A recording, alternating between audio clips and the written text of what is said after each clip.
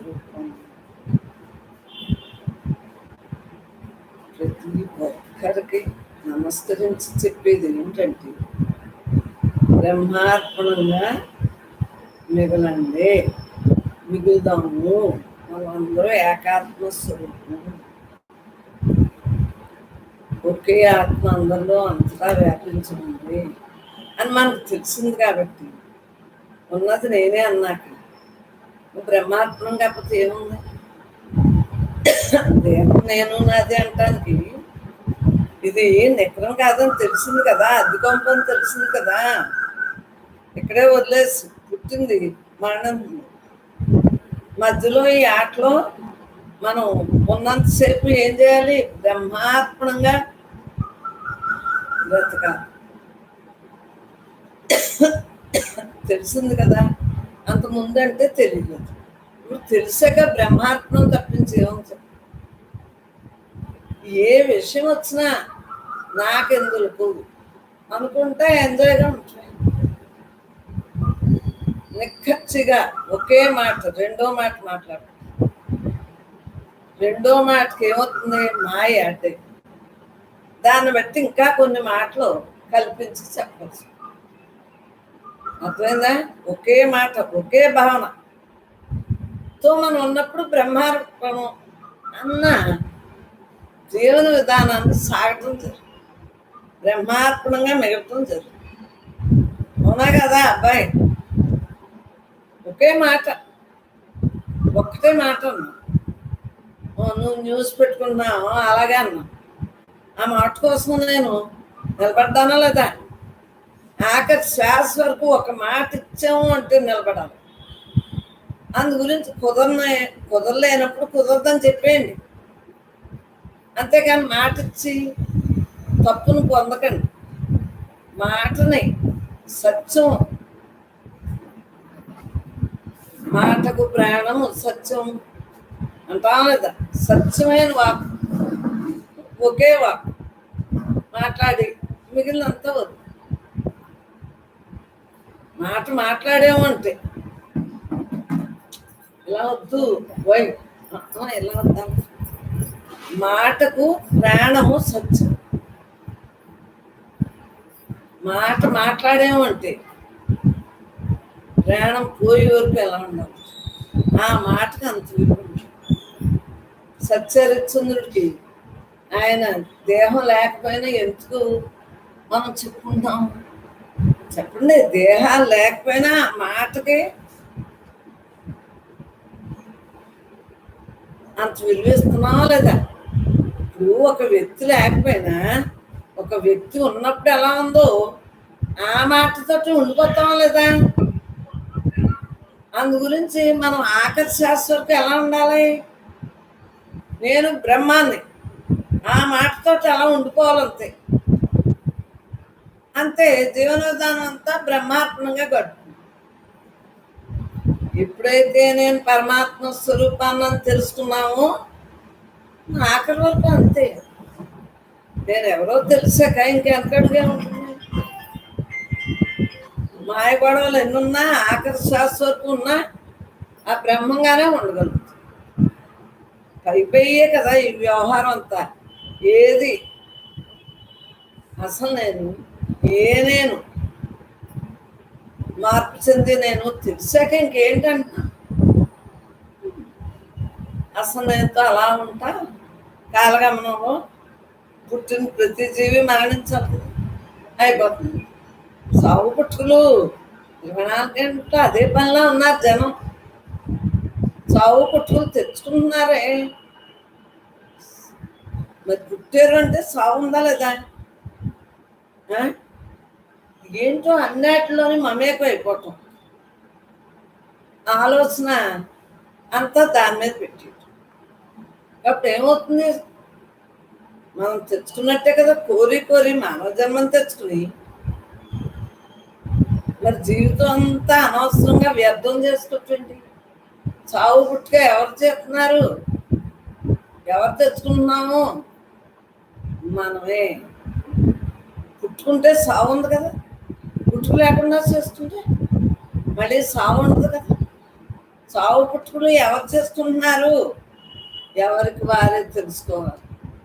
బ్రహ్మాత్మమైన జీవితాన్ని గడపాలి. ఎందువల్ల నేను బ్రహ్మాన్ని నేను తెలిసాక, తెలియకముందు తెలియలేదు, తెలిసింది ఇక్కడికి వచ్చాక మీకు తెలిసాక ఇంకా అలా ఉండిపోవటమే. బ్రహ్మాత్మమైన జీవితాన్ని గడుపుకోవటం. ఉన్నది నేనే, నేను తప్ప రెండు అలా ఉండిపోవటమే. పరమాత్మే నేను.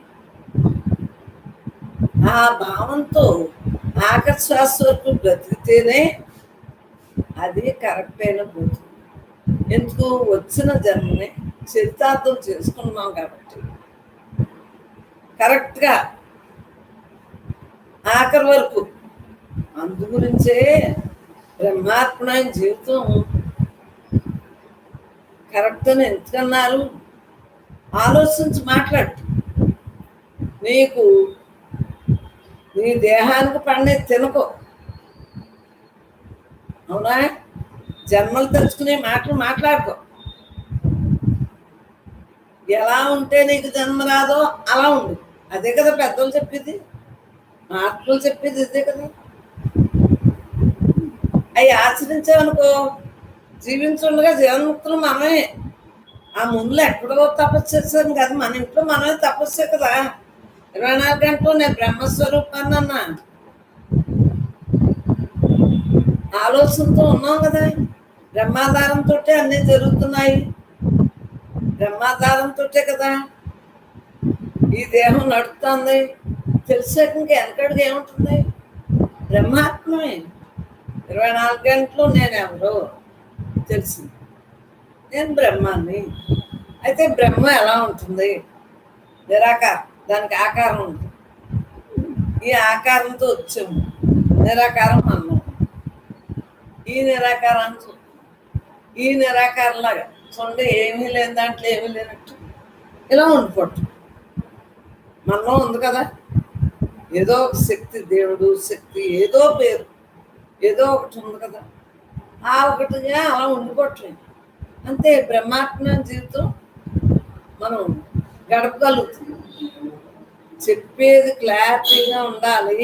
ఎవరైనా సరే ఈ దేహం నేను కాదు, నేను ఆత్మని అని తేట తెల్లంగా తెలియజేయాలి.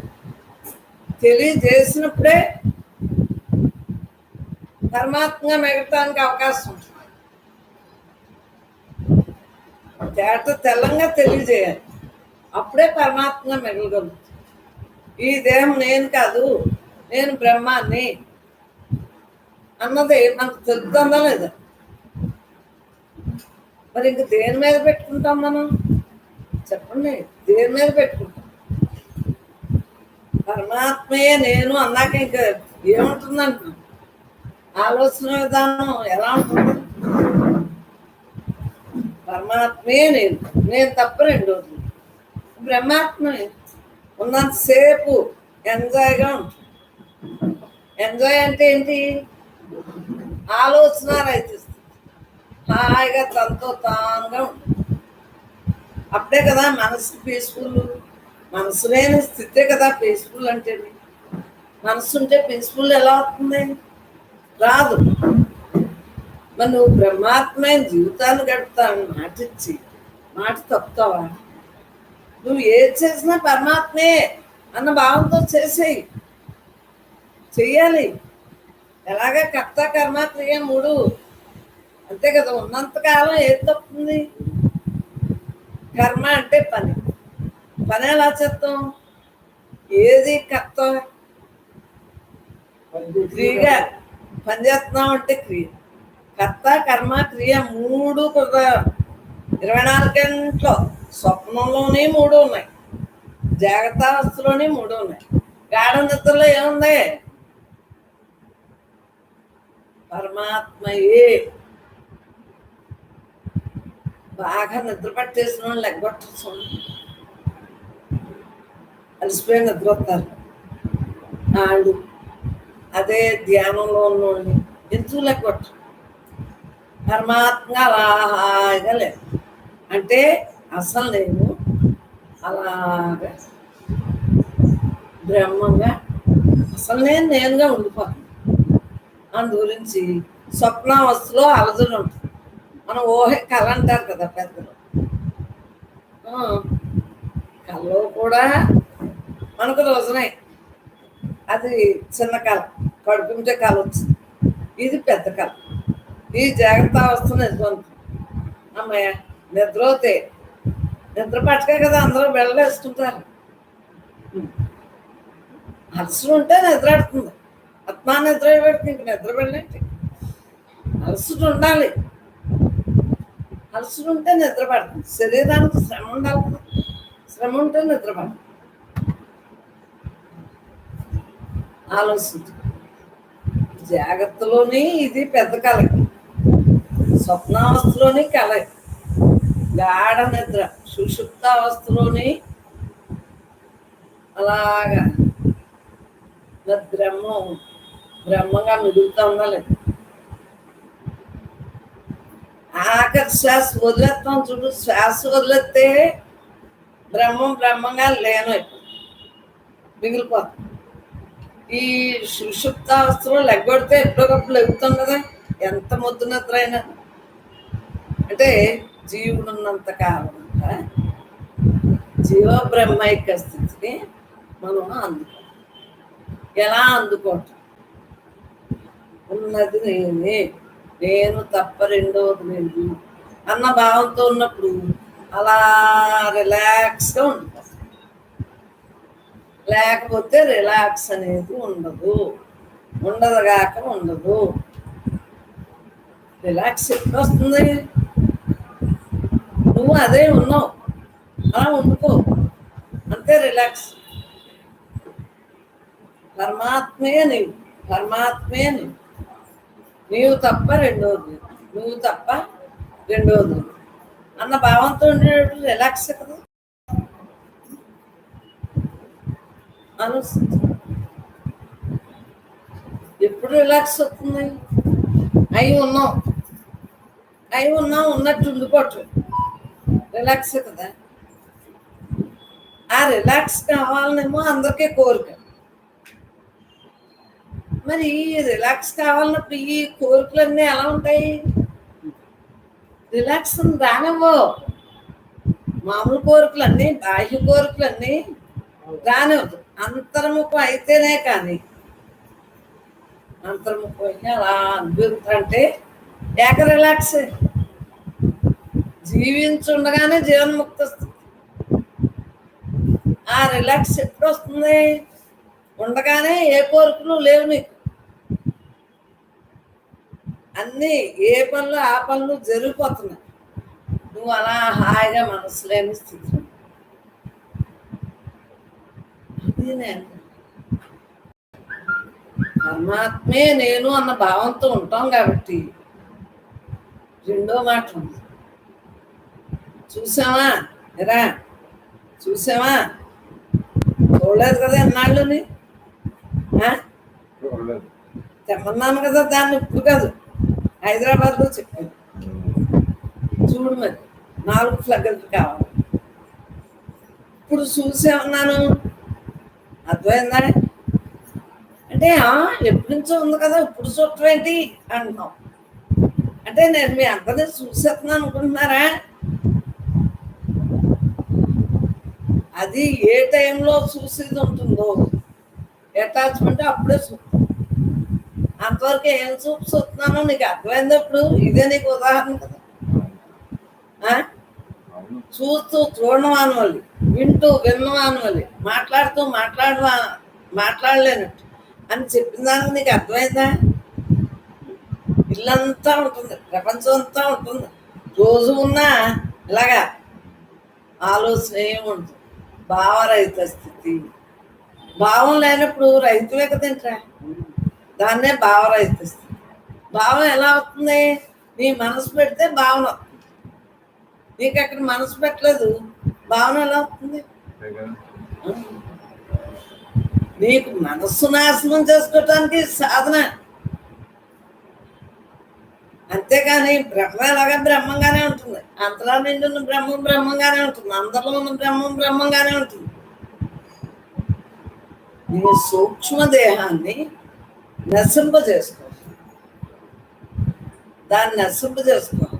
కారణదేమో ఇంకా రాదు కదా, కాల్చేస్తాం కదా, ఇంకేమవుతుంది? ఎందుకంటే ఇక్కడ ఏదైనా అంగీకరించచ్చు, బ్రహ్మాత్మని బ్రహ్మాత్మని అనేసి ఇంకేముంటుంది? కారణదేహం మళ్ళీ రమ్మంటే వస్తుందా? నువ్వు దానికి ఒక్కొక్క అన్నం రోజు పెడతా ఉన్నావు అనుకో, వచ్చి కూర్చుని అక్కడ ఆవుకి అవి పెట్టారు. నేను ఊరికే పెట్టుకున్నాడు చూశాను, మన్నాడు వాకింగ్ చెప్తాను చూశాను సొంతవైపు, అదే అక్కడే ఉంటాం. ఇంకొకళ్ళు పెడతారనుకున్నాను, అక్కడక్కడ తిరిగిన తర్వాత ఎవరో కనిపించకపోతే వెళ్ళిపోయి, అంతే కదా. పెడితే వస్తుంది కానీ ఏ జీవైనా పెట్టకపోతే ఏమి లేదు. అంటే విషయాలైనా మనం పెట్టుకుంటే ఏమి ఏది వచ్చినా నాకెందుకు అనుకోండి, అయ్యపోతాయి. రావేంటి, సచ్చి వరకు అన్నీ ఉంటాయి.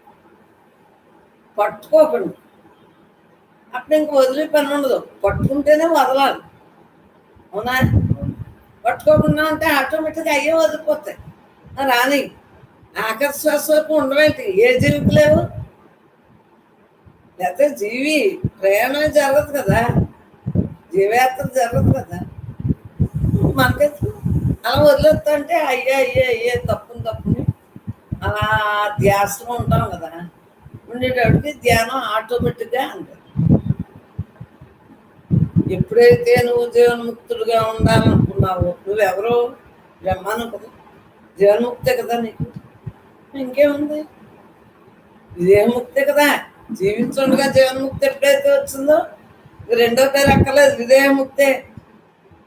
ముక్త పురుషుడే అయి ఉన్నాం, అయి ఉన్నా వాళ్ళు అలాగే ఉంటారు. ముక్త పురుషుడే. కానీ ఏమవుతుంది, చేసుకున్నవాడికి చేసుకున్నంత మహాదేవుడు. నువ్వు ఎప్పుడైతే పరమాత్మగా ఉండగలుగుతావో ముక్త పురుషుడే కదా. అది నీ ఆలోచన విధానాన్ని బట్టే కదా జరుగుతుంది. నీ ఆలోచన ఎలా ఉండాలి? పరమాత్మయే అంత, ఆధారమే పరమాత్మ అని ఆ ధ్యాసతో ఉన్నప్పుడు ఆలోచన అంతా చక్కగా ఉంటుంది. ఆలోచన విధానం ఎలా ఉంటుంది అంటే ఈ నేల పడదు, ఆలోచన విధానం అంతా ఎలా ఉంటుంది? ఆలోచన విధానం దాన్ని మార్పు చేస్తున్నాం. సత్సంగానికి వచ్చాక ఏం చేసావు? మార్పు చేసుకున్నాం. అంతకుముందు నీ ఆలోచన అంతా ఎలా ఉండేది? ఈ జీవితం నిజం అనేటప్పటికీ నేను గొప్ప, నేను తిప్ప, నేను అవును నేను కాదు అని అనేసి ఇప్పుడు ఏమంటుంది?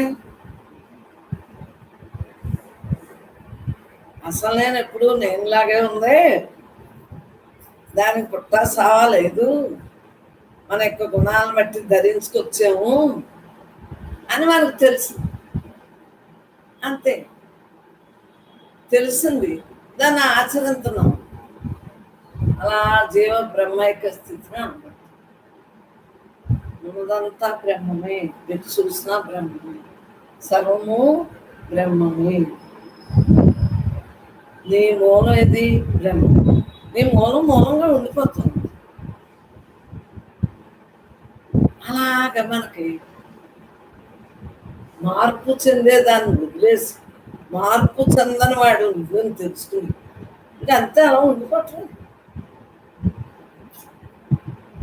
అందు గురించి బ్రహ్మాత్మైన జీవితాన్ని అనుభవించగలుగుతాం. మార్పు చెందేది మనకి ఇష్టం లేదు. దానివల్ల చావు పుట్టుక. దేహం వదిలేసాం అనుకో మళ్ళీ పుట్టుకొస్తుంది కదా. పుట్టు అంటే మళ్ళీ సావాలి కదా. ఈ రెండాటిని ఆపేది ఈ జన్మయే. అందులోని మనకి అన్ని విధాలా బాగుంది, ఉందా లేదా? అన్ని విధాలా బాగుందా లేదా? తృప్తి గలవాడే ధనికుడు, తృప్తి లేనివాడు దరిద్రుడు అని పెద్దలు చెప్తున్నారు కదా. ఇప్పుడు అన్ని విధాలు బాగుంది కదా, తింటున్నాం, ఉంటున్నాం, దర్జాగా ఉంటున్నాం. అలా కన్ను మూసినా కన్ను తెరిచినా అలా ఎంజాయ్గా ఉంటుంది. ఉన్నది మనమే అయినప్పుడు ఇంకా ఎంజాయ్ కాక ఏముంది? ఆళ్ళు వేరు వీళ్ళు వేరు, వీళ్ళు వేరు ఆళ్ళు వేరు అంటే ఆ గుణాలు వచ్చేస్తాయి. నేనే ఎంత అంటే గుణాలు ఎంచుకొస్తాయి, గుణాలు రావు. ఉన్నది నేనే, నేను తప్ప రెండవది లేదు అన్న భావంతో ఉన్నాం కాబట్టి గుణాలు రావు. గుణరహితం.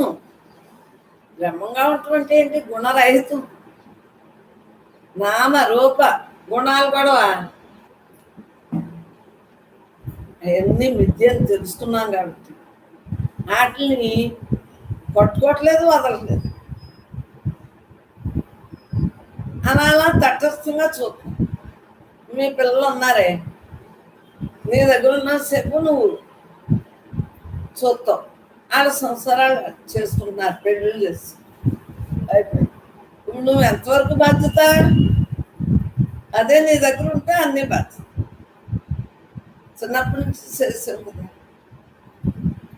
అది ఆలోచించుకోవాలి. వాళ్ళు ఎవరికి అర్థాలు చేసుకుంటారు, నీకేం పని? వాళ్ళు ఏదైనా అంటే నువ్వు వదిలే, బ్రహ్మమే అని. ఏ మనిషి ఉండో కష్టాలు సుఖాలు అని వదిలేయాలే. కానీ పట్టేసుకుంటే అమ్మలకి ఏమవుతుంది? కొడుకైనా కూతురైనా మనమే వండి పెట్టాలి, కన్వెన్షన్ అయిపోతాం. అయ్యో పాపం అని చెప్పాం కదా వేదాంతం. అప్పుడు ఏమవుతుంది? మనమే వండి పెట్టాలి. అప్పుడే నువ్వు వెళ్ళలేదనుకోవే, వాళ్ళు ఏమో మంచి చెడ్డ రెండు చెప్తారు. చెడ్డ చెప్తారు, మంచి సుఖం చెప్పమ్మా, దుఃఖమే చెప్తారు. ఎవరైనా కష్టం చెప్తారు, సుఖం చెప్ప. నాకు తెలుసు సుఖం చెప్పరు కాక చెప్ప, అంతే. సుఖంగా ఉందమ్మా అన్నది చెప్పరు. ప్రతి ఒక్కళ్ళు కష్టమే చెప్తారు. మరి సుఖం చెప్పాలి కదా. సుఖపడుతున్నాం అని చెప్పడం మానేసి కష్టపడుతున్నాం అని ముఖ్యం ఎందుకు చెప్తున్నారు? పుట్టింట్లోంచి ఇది అలవాటు పడిపోయారు, అది కొత్తగా ఉండి అదంతా కష్టమే. వాళ్ళు ఎంత బాగా చూసినా సరే, వాళ్ళు ఎత్తుకుని దింపినా సరే, ఏంటి అప్పుడు మీరు ఏం చేయాలి? తల్లులు అలాగేనమ్మా, మేము పడలేదేంటమ్మా, మేము మా అత్తూరులో పడలేదేంటి అనేటప్పటికి ఏం చెప్తారు? కొద్ది అణిగిమణిగా ఉంటారు. మనకు చెప్పడం మాంటారు, ఏ ఫ్రెండ్లకో చెప్పుకుంటారు. మనకు తగ్గుతుందా లేదా బర్డెన్? అంటే పెళ్లికి ముందు నువ్వే బరువు మోసి పెళ్ళాక కూడా నువ్వు బరువు పెట్టానుక అంటారు. పిల్లలు రెక్కలు వచ్చాక పక్షే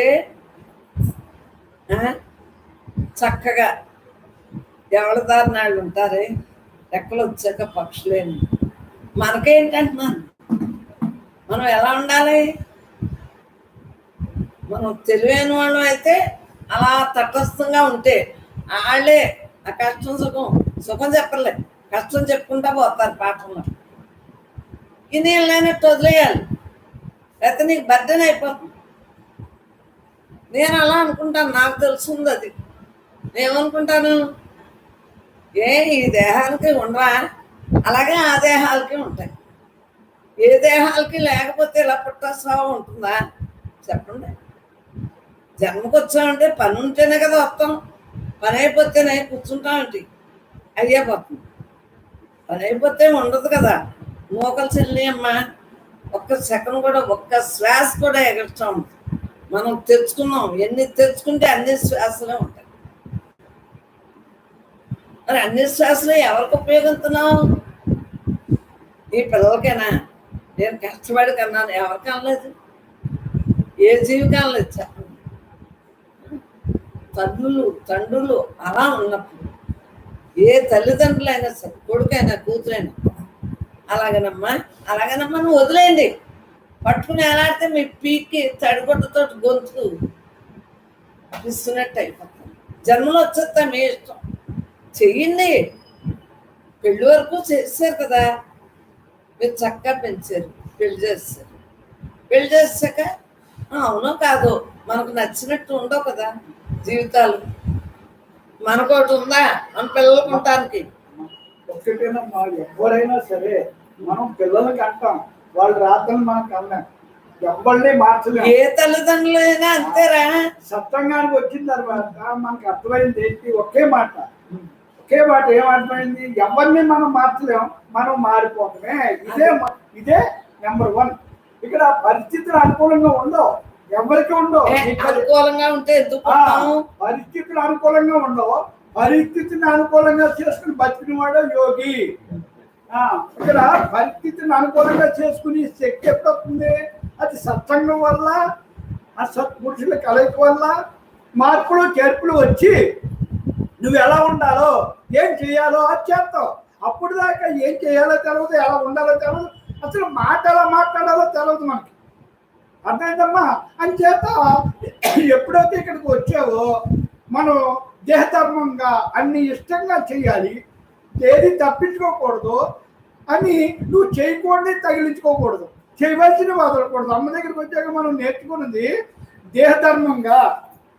దేహధర్మంగా పాత్ర డ్యూటీగా అన్నీ చేస్తూ చేయడం వల్ల ఇందాక చూసించుకోవాలి అన్నట్టు. అలాగే నీ పని నువ్వు, మనం ఎవరైనా సరే పెళ్ళిని చేస్తాం, రాత్రి మనం వాళ్ళు మార్పు మనం ఏం చేయలేం. పెళ్లి చేసే వరకే మన బాధ్యత, ఆ తర్వాత వాళ్ళు మలుచుకుంటారు. ఇప్పుడు నీ పెళ్లి చేశారు, ఇప్పుడు నా పెళ్ళయింది, నేను నా భార్య, మా నాన్న ఏం చెప్తారో మా అమ్మ ఏం చెప్తుంది, ఏం చెప్తారు? మా కాపురం చేయగలిగిన వాళ్ళు చేయలేరు కదా. అని చేత అది కష్టమో సుఖమో, ఇక్కడ అన్నిటికంటే గొప్ప విషయం ఒకటేమ్మా, ఎవరు ఏ భర్త కావాలో, ఎవరికి ఏ భార్య కావాలో ఆల్రెడీ డిసైడ్ అయిపోయి వచ్చాం. వాళ్ళు ఎలాంటి మంచి జరగాలో, చెడు జరగాలో, కష్టమో సుఖమో ఇవన్నీ కూడా ఈ బాహ్య వ్యవహారాల్లో అవి సహజంగా ఉంటాయి. మాటలకి ప్రత్యేకతలు ఏమి ఉండవు, అందరికీ ఉంటాయి. కొంతమంది ఇప్పుడు అమ్మ ఇందాక ఉన్నారు, మరి కష్టాలు అయితే అందరూ చెప్పుకుంటారా, నాకు కష్టం వచ్చి పడిపోయిందని. అదే సుఖం వస్తే ఎవరు వ్యక్తం చేయరు, కష్టం అందరికీ చెప్పేస్తారు. అంటే కష్టం ఏడుతూ ఉంటారు, నవ్వుతూ ఉన్నప్పుడు ఎవరికి కనపడరు. ఎందుకు కనపడరు? నీకు బాగా లాభం వచ్చిందమ్మా, బాగా డబ్బు అని అనుకూలంగా వచ్చినాయి, డబ్బు వచ్చిందని చెప్తావా ఎవరికన్నా? ఎందుకు చెప్పరు. అది దాచుకుంటారు, ఇదేమో వ్యక్తం చేస్తారు. అంటే ఇది అందరికీ సానుభూతి కోసం, నేను కాబట్టి ఎంత కష్టపడుతున్నాను, మరి నేను కాబట్టి ఎంత సుఖపడతాను, నేను ఎందుకు చెప్పలేరు? అదే మనసు లక్షణం చెప్పనివ్వదు. అలా చెబితే నువ్వు పొంగొద్దు, నువ్వు అలా ఉండు, వస్తుంది, ఇవాళ డబ్బు వస్తుంది, రేపు పోతుంది, పోయినా వచ్చినా అక్కలాగే ఉండు అని సత్సంగంలో తెలియబడు. ఎప్పుడైతే సత్సంగంలో అలాంటి విషయాలు తెలుసుకున్నామో ఇంకా అదే కష్టం సుఖం సమానం చేసేసుకున్నాం. ఇక్కడ కష్టం సుఖం అనేది రెండు లేవు. ఇదంతా సత్సంగానికి వచ్చిన తర్వాత అసలు అన్నీ కూడా నీకు అన్నీ సరి చేసుకునే లక్షణాలే సత్సంగం. ఇప్పుడు అమ్మ కష్టం సుఖం అంటున్నారు, కష్టం సుఖం ఏంటి? ఇప్పుడు కష్టం వస్తుంది, నాకు వస్తుంది, నీకు వస్తుంది, అందరికీ వస్తుంది. కష్టం అంటే ఏంటి? అసలు మనిషి తట్టుకోలేని కష్టం ఎవరికి రాదు. నీకు తట్టుకునేదంతే వస్తుంది. అది నువ్వు చేసుకున్న సంస్కారాన్ని బట్టి మన కర్మానుసారం వచ్చి ఎంత కదా, ఈ జన్మ కర్మకి అనుసరించి వచ్చింది కదా, కర్మని ఆచరించడానికి వచ్చింది కదా. ఈ కర్మకి కారణం, ఈ జన్మ కారణం కర్మే కదా. ఆ కర్మ కూడా ఈ శరీరం తట్టుకునేలాగా నీ కర్మానుసారం నువ్వు పనిచేయటానికి ఎలాంటివి చేయాలో దానికి అనుగుణంగానే ఈ శరీరం తయారు చేస్తాడు. అర్థమైందా? నువ్వు తట్టుకోలేనంత పరిస్థితి శరీరానికి రాదు, కానీ నేను తట్టుకోలేకపోతున్నాను అంటావు. అది నీ లక్షణం అంతే. అర్థమైందమ్మా? తట్టుకోలేకపోవడానికి, తట్టుకుంటానికి ఇది సహజంగా ఇష్టపడిపోతే అన్నీ అంతే. ఇక్కడ మనకు తెలిసిన తర్వాత చూడండి ఎంత హాయిగా ఆనందం. ఇప్పుడు ఇదే జీవితం అంటే ముందు జీవించాం, మరి సత్సంగానికి వచ్చిన తర్వాత మనం ఎన్ని మార్పులు చేర్పులు చేసుకుని మరి ఈ వయసులో బాగా ఎలా ఉండాలి? ఈ వయసులో అలాంటిది ఆడతా పాడతా చిన్నపిల్లలాగా 16 ఏళ్ళ వయసులో ఉండేలాగా చాలా హాయిగా ఆనందంగా మనసు లేని స్థితిలో మనం జీవన విధానం గడుపుకుంటాం. అవునా కాదా? అంచేత ఎవరిని కూడా మనం ఏది వదలొద్దు, పట్టుకోవద్దు.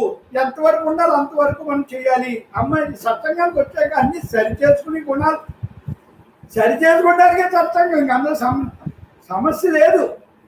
సమస్థితిలో ఉంటానికే సత్సంగం.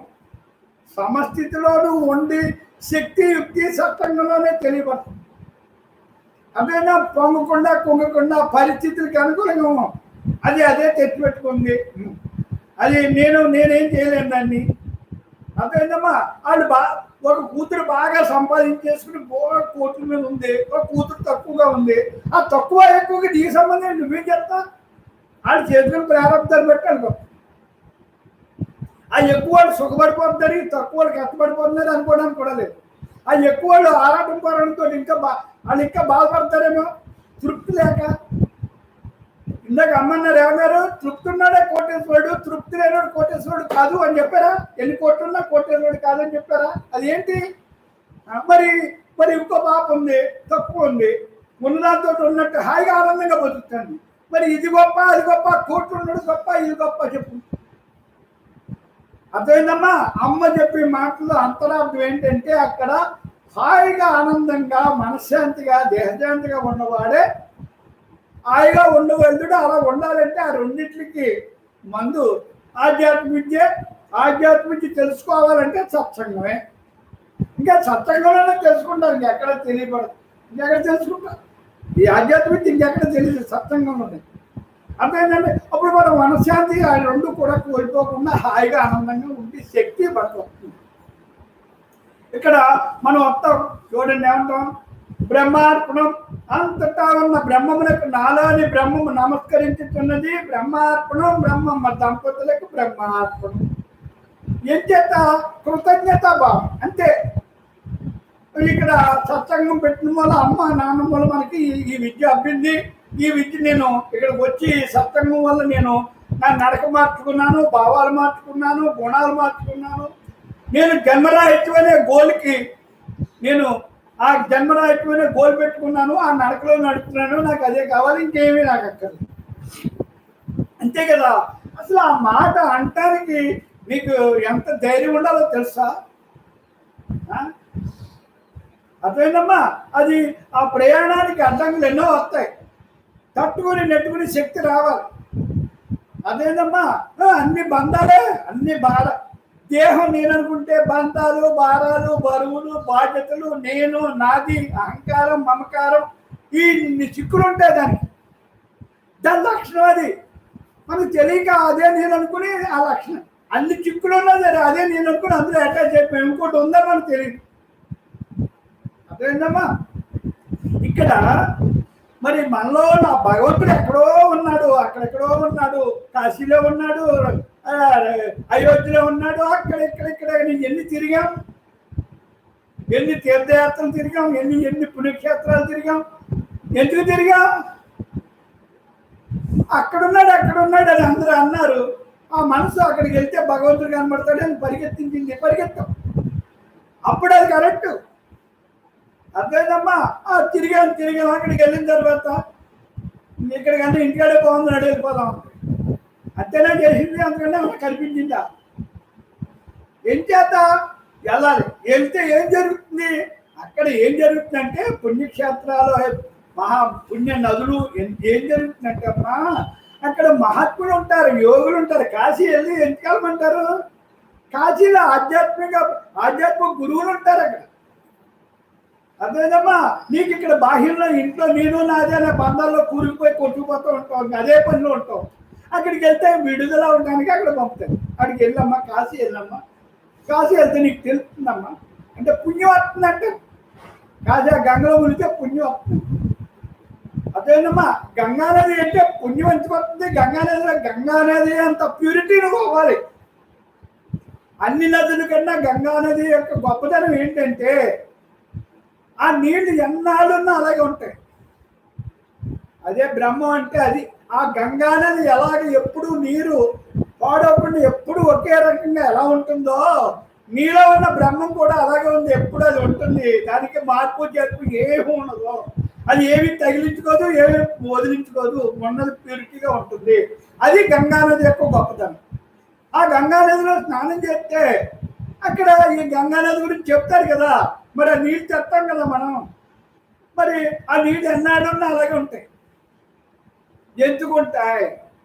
ఎందుకుంటాయంటే అది ఎంత క్వాలిటీ ఆ పైనుంచి వస్తాయి కదా అడవుల్లో, అందులో ఎన్నో రకాలు చెట్లు వనమూలికలు ఎన్ని అందులో కలిసి వస్తాయి.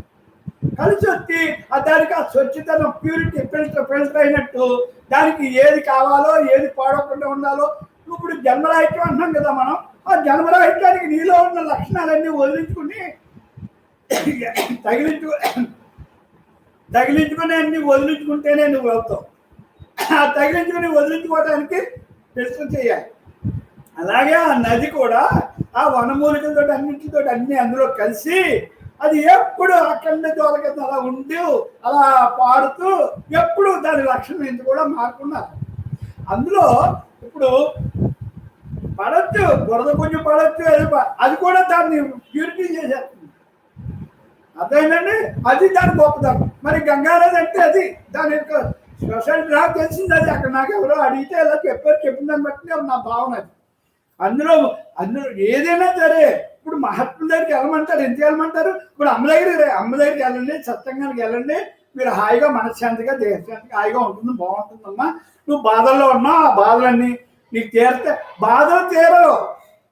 బాధలు అనేది ఏంటో తెలుసుకుంటావు, ఆ బాధకి ఎందుకు ఈ బాధ వచ్చిందో తెలుసుకుంటావు, ఆ బాధ కారణం ఎవరో తెలుసుకుంటావు, ఆ బాధపడటానికి ఎవరి కారణమో తెలుసుకుంటావు, అవన్నీ సరి చేసుకుంటావు. ఇక్కడ సత్సంగానికి వస్తే తెలుస్తుంది మనకి. అర్థమైందమ్మా? అవన్నీ కూడా ఎప్పుడైతే నీకు ఆ పరిపక్వం వచ్చిందో అప్పుడే వస్తాం ఇక్కడికి. అప్పుడు దగ్గర రాలేము, అక్కడక్కడ తిరుగుతాం. కానీ ఇక్కడికి వచ్చిన తర్వాత ఇంక కదలం మెదలం. ఎందుకు మెదలం? ఏది తెలుసుకోవాలో అది తెలుసుకుంటాం, ఏది నడుచుకోవాలో నడుచుకుంటాం.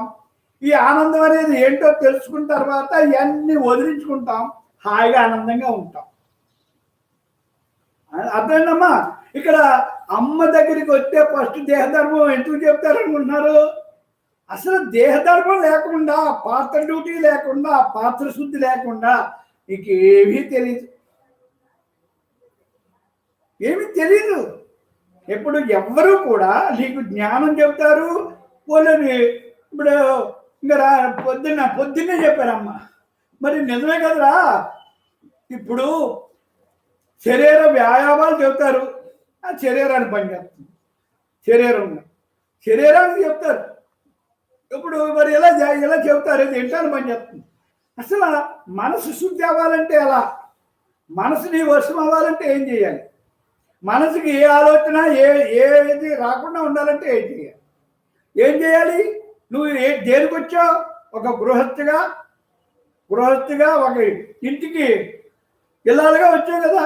మరి నీ ధర్మాలన్నీ అక్కడ చేయకపోతే నీకు ఎలా వస్తుంది? ఎన్నింటే వస్తుంది? నువ్వు ఇంట్లో పిల్లల్ని చూసుకుంటా, భర్తను చూసుకుంటా, అత్తగారి మాంగాన్ని చూసుకుంటా, వాళ్ళకి ఏం కావాలో అది వండుకుని అక్కడ పెడితే నీకు ఇంక ఆలోచన రాదు. నేను ఏమీ చేయకుండా నువ్వు సత్సంగానికి వచ్చేసి నేను జ్ఞానిని, నేను జ్ఞానం తెలుసుకుంటున్నాను అని ఇక్కడికి వచ్చావనుకో, అది జ్ఞానం నీకు తెలియబడుతుందా? తెలుసుకుంటావా? అది నువ్వు ఆచరిస్తావా? అనుకుంటావా? నటిందాం అంతే. అక్కడ తప్పించుకుని ఇక్కడికి వచ్చి కూర్చున్నట్టు అంతే.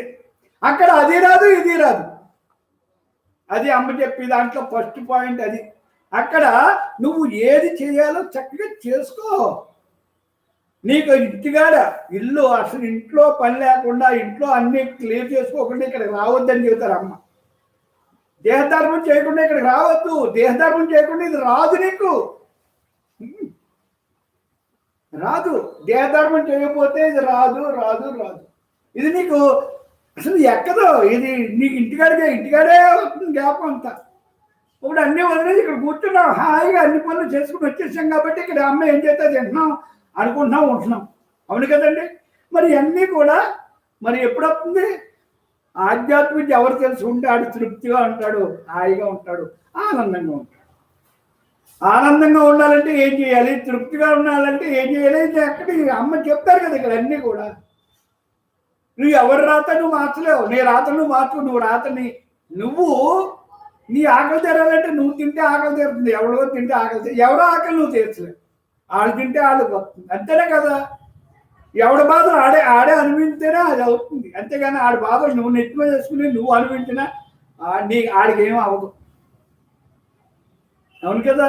అంచేత ఇవన్నీ కూడా మనం తెలుసుకుని అమ్మ చెప్పిన మాటలో ప్రతి మాటలోని అందరికీ అందరికీ ఉంటుంది, ఇది అందరికీ ఉపయోగపడుతుంది. ఇక్కడ భావరహిత స్థితిలో జ్ఞానం ఒక్కడే ఉంటాడు అని చెప్పారమ్మ. భావరహిత స్థితి, భావం లేకుండా ఉన్నప్పుడే, బాహ్యంగా భావం లేకుండా ఉన్నప్పుడే నీకు ఆనందంగా ఉంటావు. భావనారహిత స్థితి, ఆలోచన రహిత స్థితి, అది ఆలోచన రహిత స్థితి నీకు ఎప్పుడు వస్తుంది? ఈ జ్ఞానం తెలుసుకుని ధ్యానం చేస్తే, ధ్యాన మనోమౌనమే బ్రహ్మం. ధ్యానంలో అదే మనసు ఇంద్రియాలు అన్నీ మోగబోతాయి, ఆగిపోతాయి, హాయిగా అలా రిలాక్స్ అయిపోయి అందులో బ్రహ్మలో లైవ్ అయిపోతాయి. అది అప్పుడు నువ్వు ఉంటావు హాయిగా, భావరహిత స్థితి. ఇంకా మనసు ఆలోచించదు, ఎందుకు ఆ ఆలోచన ఎందుకు అని. గాఢ నిద్రలో ఎలా ఉంటావో అలాగా ధ్యానంలో అలా ఉంటావు. గాఢ నిద్ర శరీరం అలసిపోతే పడుకుంటుంది, అర్థమైందమ్మా, ఆ స్థితి శరీరానికి వస్తుంది. ధ్యానం ఆత్మకు వస్తుంది, ఆత్మశక్తి వస్తుంది. అర్థమైందండి. ఇవన్నీ కూడా మనకి అమ్మ చెప్పిన మాటల వల్లే మనకు అర్థమవుతుంది, అది మనకేం తెలుసు. అది ఇవన్నీ కూడా ఇక్కడ తృప్తి ఉన్నాడు కోటేశ్వరుడు అని చెప్పాడు, తృప్తి లేనివాడు దరిద్రుడు అని చెప్పాడు. తృప్తి లేకపోతే ఇంకేముంది, ఇన్ని కోట్లున్నా ఇంకా ఆడ ఆరాటం పారాటంతో అటాక్ ఇంకా కావాలి, ఇంకా పరిపెడతానే ఉంటాడు. ఆగడు, ఆడ ఆగటానికి ఏంటి, హార్ట్ అటాక్ ఆపుతుంది, ఇంకేం ఆపదు. అప్పుడు దానికి ఏం మాట్లాడటం లేదు, స్టాప్ అయిపోతుందా. ఇంకేమన్నా చేస్తాడా, తెరబెడతాడా. అందుకే అమ్మ దగ్గరికి వచ్చాక అలుపు సలుపు లేని ప్రయాణం, అలుపు సలుపు లేకుండా ఉంటావు అంటే హాయిగా ఉంటావు, ఆనందంగా ఉంటావు, కుంగిపోవు. అదేందా అలాగా సమస్థితిలో ఉంటావు. ఎట్లకైనా సరే ఉన్నదాంతో ఉన్నట్టుంటావు, లేని దాంతో లేనట్టుంటావు, ఉండి లేనట్టుంటావు. ఇవన్నీ అమ్మ దగ్గరికి వచ్చిన తర్వాత ఈ సత్సంగంలో కూర్చుని మాటలో ఆవిడ ఆచరించిన ఆచరణ, ఆవిడ చెప్పిన మార్గం, ఆవిడ చెప్పిన నడత, ఇవన్నీ మనకి చక్కగా అభ్యాసం వల్ల మనం ప్రతిరోజు వచ్చి వింటున్నాం కదమ్మా, యూట్యూబ్లో దాంట్లో చూస్తున్నాం కదా. అవన్నీ కూడా ఆటోమేటిక్గా మనకి యాడ్ అయిపోయి ఆ లక్షణాలు, ఆ గుణాలు, ఆ భావాలు అలా స్థిరపడిపోతాయి. ఇప్పుడు సత్సంగానికి రావడం మొదలెట్టాం అనుకోండి, ఇంకా అదే పని వచ్చేస్తాం. ఇంక మానం ఎందుకు మానం, దాన్ని టేస్ట్ చూసావు. ఇప్పుడు నేను ఎప్పటి నుంచి ఎంత దూరం కాలేజీ ఇక్కడికి ఎందుకు వస్తున్నాను, ఇవన్నీ సున్నా, ఇదే నిజం. ఇది ఉంటేనే అవన్నీ అనుభవించవచ్చు. అవన్నీ ఉన్నన్నా జ్ఞానంలోనే అన్నీ ఉన్నాయి. అది భోగం, ఇక్కడ యోగమే భోగం. మామూలుగా బాహ్యంగా భోగం. అదేనమ్మా, ఈ యోగం ఆధ్యాత్మిక విద్యలో ఉన్న యోగంలో భోగం ఉంది. భోగం అంటే ఆనందం. భోగం అంటే ఏంటంటే ఆనందం తప్ప ఇంకేమీ ఉండదు ఇందులో. ఆనందం బ్రహ్మం అంటే ఆనందం అంటే బ్రహ్మం. నువ్వు ఆనందంగా ఉన్నావా, బ్రహ్మంగా ఉన్నట్టే. నువ్వు ఆనందంగా లేవా, బ్రహ్మంగా లేనట్టే. ఇంక రెండవ మీరు అనుకోక్కర్లేదు. అందువల్ల మనసు ఇంద్రియాలు ఏదో ఆలోచన ఏదో ఉంటేనే నువ్వు ఆనందంగా ఉండలేవు. అది అమ్మ చెప్పింది. అమ్మ ఎప్పుడు అలా ఆనందంగా ఎందుకు ఉండగలుగుతున్నారు, మనం ఎందుకు ఉండలేకపోతున్నాం. ఆవిడ ధ్యాస ధ్యానం రెండు బ్రహ్మమే. అదేంటంటే మన ధ్యాస ఉంటుంది, అటు ఇటు మారుతూ ఉంటుంది. మారినప్పుడల్లా తేడా వచ్చేస్తాం. అదేంటమ్మా, అభ్యాసం వల్ల అందులో ఉంటాం. అభ్యాసం అదే సత్సంగం కావాలి. సత్సంగమే సత్సంగత్వే నిస్సంగత్వే నిర్మూలత్వే నిశ్చలతత్వే జీవన్ముక్తి. జీవించి ఉండగానే విడుదలయ్యి హాయిగా ఆనందంగా ఉండాలంటే సత్సంగమే. ఇంక రెండోది లేదు. ఆది శంకరాచార్యం మహానుభావుడు ఆయనే చెప్పారు. సత్సంగం యొక్క గొప్పతనం ఆయన ఆ మాటలో ఎలా ఉంటుందో చూడండి. దానివల్లే నీకు అంత మనసు నిశ్చలం అవుతుంది, మనసు నిర్మలం అవుతుంది, హాయిగా ఉంటావు, ఆనందంగా ఉంటావు, ఏ సంకల్ప వికల్పాలు ఉండవు. ఆ స్థితి అందులో ఉంటుంది. మరి చూడండి, అవునా కదా? సత్సంగంలో అన్ని తెలియబడతాయి. చిన్న చిన్న పదాలు మనకి పదాలు ఒకటినండి. ఇక్కడ శబ్దానికన్నా ఆచరణ ఎక్కువ ఉంటుంది. ఇక్కడ చెప్పడానికి చేయటానికి సంబంధం ఉండదు, కానీ చేసిందే ఎక్కువ, చెప్పడమే తక్కువ. అమ్మ అన్ని ఆచరిస్తాడు, ఆవిడే చేస్తారు, అన్నీ ఆవిడ చెప్తారు. చూస్తున్నాం కదా మనం. అన్నింటికంటే ఒకటి అమ్మ. అసలు నేను గురువునే కాదంటారు. అది మామూలు విషయం కాదు, ఎవరు అనలేరు. వాళ్ళు అవి కావాలి, ఇవి కావాలి, పేరు కావాలి, ఉపన్యాసాలు కావాలి, నాకు కీర్తి కావాలి, జనం కావాలి, నాకు అనేక కోరికలు కావాలి, భోగం కావాలి, ఎన్ని ఉంటారు గురువులు ఎక్కువ మంది. అందులో నేను అనట్లేదు, కొంతమంది ఎక్కువ ప్రాధాన్యత ఇస్తారు. దానికి సత్సంగులు అందరూ కూడా దానికి ఆ ప్రోత్సాహం చేయవలసిందే. అమ్మ మరి అసలు ఆ సత్సంగులు ఒక్కడి కూడా పువ్వు కూడా నాకు వద్దు, పువ్వు కూడా తేనవరు మనల్ని, పువ్వు కూడా తేనవరు, పండు తేనవరు, అవునా? ఏ రూపాయి ఆశించరు. మరి ఏంటి అంటే నువ్వు ఏది తెచ్చినా తాను నాకెందుకు, నాకు అన్నీ ఉన్నాయి, మీకు అన్నీ ఉన్నాయి, మీరు అనిపించండి, నేను అనిపించాను. హాయిగా ఈ జ్ఞానం తెలుసుకుని ఆచరించి మీరు ఆనందంగా ఉంటూ అందరినీ ఉంచండి. అంతే నాకు కావాల్సింది అది. నాకంటే బాగా మీరు ఉండండి. నాకు అదే, మీరు పూలు పళ్ళు తెలకలేదు, అలా ఉండండి. నేను చెప్పిన ఈ పదాలు పట్టుకుని ఆచరించి అనుభవించండి. అదే నాకు మీరు ఇచ్చి దక్షిణ అంటుంది. మరి అది రికార్డు కదా, చెప్పండి. మనం ఎంత గర్వం కదా మనకి, మన అలాంటి అమ్మ మనకు దొరికినంత గర్వం కదా, చెప్పండి. ఇవన్నీ కూడా ఎలా అంటే అంతే. అది ఎలా అంటే ఎవరో చెప్పలేదు, అదేందా? అంతే, అది ఆ లక్షణాలు అంతే. అనుభవజ్ఞానమైన గురువే నిన్ను అనుభవం చేయగలరు అని చెప్పడానికి అదే కదా. అదేనా? ఇవన్నీ కూడా మరి మన అదృష్టం. ఒక మాటలో చెప్పాలంటే మన అదృష్టం అంతే.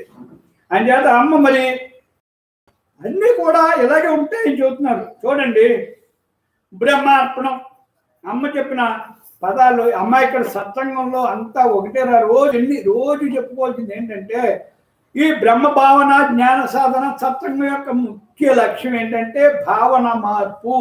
అంటే బ్రహ్మ భావన జ్ఞాన సాధన. బ్రహ్మ భావనలో అసలు ఆ పేరులోనే ఉన్నది బ్రహ్మ భావన జ్ఞాన సాధన. బ్రహ్మ భావనలో ఉండు నాయన, అదే జ్ఞాన సాధన. అంటే అది జ్ఞాన సాధనగా మారిపోతావు. అది ఇక్కడ భావనలో మార్పే భాగ్యం. భావనే భాగ్యం, భావనలోనే భాగ్యం ఉన్నట్టు చెప్తారు. అది ఆ భావన భాగ్యం నువ్వు అన్ని దాన్ని ఉపయోగించుకుని ఇక్కడ బ్రహ్మ భావన ఉంటూ దేహం నేను అనుకునే భావన మార్చుకుని దేహం ఇక్కడ సత్సంగంలో దేహం ఒక పాత్ర అని తెలిసింది. దాని పాత్రగా చక్కగా పవిత్రంగా బ్రహ్మ పనిముట్టు అని తెలిసింది. నేను బ్రహ్మాన్ని అని తెలిసింది. నేను బ్రహ్మంగా ఉండాలి అని తెలిసింది. ఈ మాట్లాడేది బ్రహ్మం, మాట్లాడించేది బ్రహ్మం, ఇక్కడ చేయించేది బ్రహ్మం, వినిపించేది బ్రహ్మం, అనిపించేది బ్రహ్మం, అంతటా బ్రహ్మం, అందరిలోనే బ్రహ్మం. ఇవన్నీ మనకు బాగా బాగా బాగా క్షుణ్ణంగా అర్థమైనవి. అది అనుభవం రావాలంటే నీకు ధ్యానమే చేయాలి. ధ్యానంలో నీకు అనుభవం వస్తుంది. తప్పకుండా అనుభవించినప్పుడు హాయిగా ఆనందంగా ఉండగలుగుతాం. అది అమ్మ చెప్పేది. ఇక్కడ బ్రహ్మానుభవంలో మాత్రమే జీవభావం తొలగి బ్రహ్మంగా. చూడండి, బ్రహ్మ అనుభవం, జ్ఞాన అనుభవం. ఇక్కడ అనుభవం కావాలమ్మా, అనుకోవటం కాదు. అమ్మ చెప్పేది అదే, అనుకోవటం కాదురా, అనుభవించాలంటే ధ్యానమే. ఇంకా రెండోది రాదు. ధ్యానం వల్లే నీకు తెలియబడుతుంది. నువ్వు ఆ బ్రహ్మం అనే మాటకి కానీ దాని యొక్క లక్షణం కానీ దాని గుణం కానీ అన్నీ కూడా నువ్వు ఆచరించినప్పుడే తెలుస్తుంది. అదే అనుభవ జ్ఞానం కావాలని చెప్తున్నారు అమ్మ. అనుభవించినప్పుడే అర్థమవుతుంది. అమ్మ మరి ఆవిడ 8వ సంవత్సరం నుంచి ఆవిడ అది ఆచరించారు, అది తెలుసుకున్నారు, చదివారు, మననం చేశారు.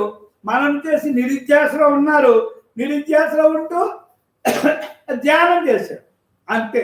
అదే అమ్మ మర్మం తెలుసుకుని జన్మలైతే, మర్మం తెలుసుకుని జన్మకు వచ్చి మరి ఆ మర్మం తెలుసుకోకుండా, మర్మం తెలుసుకోవాలి అనుకోవటం కాదు.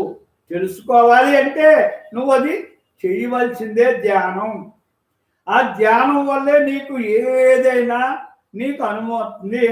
ఎవరికైనా అబ్బాయి ఆడికి ఇడికి కాదు, ఎవరికైనా ఒకటే మార్గం ధ్యానమే ధ్యానం. వేరున్న మార్గం లేనే లేదు.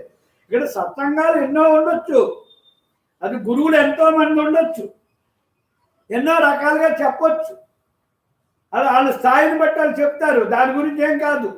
ఇప్పుడు అన్నీ ఎందుకు, ఇప్పుడు 10th క్లాస్ అనే క్లాస్ ఉంటుంది. 10th క్లాస్ ఎన్ని ఊళ్ళో ఉంటాయి?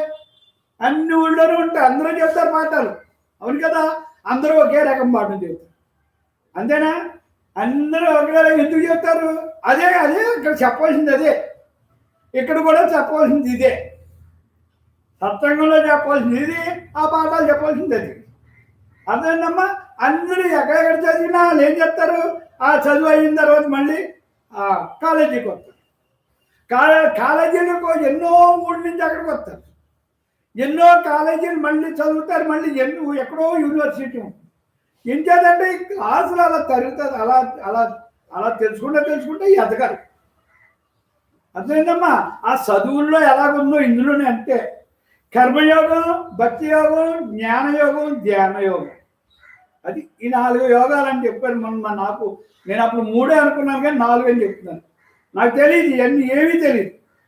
మరి జ్ఞానం ధ్యానం నిజమే, జ్ఞానం తెలుసుకోవాలి, ధ్యానం చేయాలి కదా. మరి ఇవన్నీ కూడా మనం ఇప్పుడు మనం తెలుసుకునేది ఇక్కడ ఏంటనుకుంటున్నారు? మనం ఈ సత్సంగంలో జ్ఞానం తెలుసుకుంటున్నాం. జ్ఞానం అంటే ఏంటి? జ్ఞానం అంటే నువ్వెవరు, ఏంటి, జన్మ ఏంటి, ఎందుకు వచ్చావు, ఏం చేయడానికి వచ్చావు, ఈ జన్మలో ఏం చేయటం, ఈ జన్మ ఎలాంటి జన్మ, దీని యొక్క గొప్పదనం ఏంటి? అర్థమైందమ్మా? ఇది మరి ఎన్ని జన్మల పుణ్యఫలము అని చెప్తారు కదా అమ్మ. మరి ఎన్ని జన్మలో పుణ్యం చేసుకుంటే కానీ ఇది జన్మ రాదురా, ఇది ఆఖరి జన్మరా. ఇది ఆఖరి జన్మ అంటే ఉత్తమోత్తమైన జన్మ, జన్మ లేకుండా చేసుకునే జన్మ ఇది. మరి అలాంటి జన్మకు నువ్వు వచ్చి మరి ఆ పని చేసుకుంటున్నావా లేదా? అమ్మ చెప్పేది అది. అర్థమైందమ్మా? మనం ఇక్కడికి వచ్చిన తర్వాత తెలుస్తుంది ఈ జన్మ యొక్క గొప్పతనం. అంతకుముందు దాకా అవి బాబోయని ఆ వంటింట్లో పడి, ఆ సంసారంలో పడి, ఆ వంటలతోటి, ఆ జనంతో అదే పనిలో ఉన్నాం పాపం. ఉండి ఉండి ఉండి ఇసుమెత్తుకు పోయి చూడండి. మరి అక్కడ ఇంకేం తెలియదు. మరి అక్కడ వండటం, పెట్టడం, తినటం, కడగటం అంతే, అయ్యే చేయటం, ఇంకా అదే పని వంటింట్లో కదా. మరి ఇలాగొచ్చి ఇలాంటివి తెలుసుకుంటే మరి ఆ ఇంట్లోనే ఆట కింద ఆడుకుంటావు, పాట కింద పాడుకుంటావు, ఇష్టంగా చేస్తావు. అప్పటిదాకా ఏం చేస్తావు? ఈ మనసుతోటి, ఇంద్రియాలతోటి చాలా ఇబ్బంది పడిపోతావు. ఏ ఇబ్బంది? ఆ ఇష్టంగా చేస్తావు, ఇష్టంగా ఏది చెయ్యవు. అక్కడ తెలియనప్పుడు అమ్మ, నేను ఒక్కదాన్నే చేయాలా, నేను ఒక్కదాన్నే ఉండి వీళ్ళందరికీ పెట్టాలా, నాకు ఇదే పనా, ఈ పని మనిషినా నేను, ఈ వంటిల్లో ఈ గదిలోనే నేను నా బతుక, ఈ కడగటం, వండటం, పెట్టడం ఇదేనా నా బతుకు? ఇవన్నీ వచ్చేస్తాయి. ఎంతో తర్కం వచ్చేస్తుంది. తర్కం వచ్చేసినప్పుడు ఏం చేస్తుందంటే శరీరం కూడా సహకరం నీరసం వచ్చేస్తుంది. మనసు ఒత్తిడి వచ్చేస్తే శరీరానికి కృషి, మనసు ఒత్తిడి వల్లే శరీరానికి అలసడి వచ్చేస్తుంది, నీరసం వచ్చేస్తుంది. మరి మనశ్శాంతి లేనప్పుడు ఏమైపోతాడు? ఎక్సైజ్ ఏం మాట్లాడుతున్నారో తెలియదు కదా. ఏం చేత శక్తి హీనమైపోతుంది. ఆధ్యాత్మిక విద్య వల్ల నీకు మనసు ఎలా ఉండాలో, మనసుని ఎలా వాడుకోవాలో నీకు తెలుస్తుంది. తెలిసినప్పుడు చక్కగా ఎంతవరకు అసలు అమ్మ సత్సంగానికి వచ్చిన తర్వాత ఎలా మాట్లాడాలో తెలుసుకుంటావు, ఎలా చూపే తెలుస్తుంది, ఎలా చూడాలో. ప్రేమగా చూస్తావు, ఆప్యాయతగా చూస్తావు, ఆదరణగా చూస్తావు. మరి ఇంట్లో అమ్మ దగ్గరికి వచ్చాక మనకి ఏమైంది? ఇంట్లో నామరూప గుణాలు ఎవరిని చూడకుండా వాళ్ళ గుణాలు వాళ్ళు తింటే నీకు ఎందుకే అంటారా? ఎవరి రాదు, మనం ఏమి ఎవరి రాదు ఎవరికి అంటారే, నీకు ఎందుకే? ఆ పిల్లలు కూడా ఆ పిల్లల పని పిల్లలు చూసుకుంటారే. నువ్వు ఇంతకు ముందు పిల్లవే కదా, నువ్వేమైనా తల్లిగా పుట్టావా? పిల్లగానే వచ్చావు కదా, నువ్వు వ్యవహారం ఎలా చేసుకొచ్చావు? ఆడాలో చేసుకుంటావు అంతే. ఇంకా అందులో దూరిపోక నువ్వు ఎంతవరకు చేయాలో అంతవరకు చెయ్యి, ఎంతే చేసి చక్కగా పైన చూడు. అంతేగాని అందులో వాళ్ళ సంసారంలో నువ్వు వెళ్ళిపోకు. ఆ సంసారంలో నువ్వు వెళ్ళిపోయావనుకో, ఆ సంసారంలో నువ్వు వెళ్ళిపోయావనుకో, అది నీ నెత్తి మీద పెడుతుంది. చెప్పారు కదా, అమ్మ ఉన్నారు అయ్యో అయ్యో అంటే వచ్చేమని. ఇప్పుడు ప్రతి వాళ్ళు అదే పని. కొంచెం కష్టం వస్తే చాలు, పిల్ల ఫోన్ చేసింది అనుకోండి, ఇలా మా అత్తగారు తిడుతున్నారు అంతే. అది నిన్ను తిట్టడం ఏంటి? కారు పంపుతాను వచ్చాయి, డ్రైవర్ పంపుతాను వచ్చాయి, వచ్చేస్తుంది. వచ్చేసి ఏం చెప్తుంది? దీన్ని నెత్తి మీద కూర్చుంటుంది. అప్పుడు తెలుస్తుంది దీని బాధ. అంటం తేలికే, దాన్ని అనిపించడా. ఎవరు ఎక్కడుంటే అక్కడ ఆనందం అమ్మ. కష్టమైన సుఖమైన అమ్మ ఏమన్నారు తెలిసి వరకు.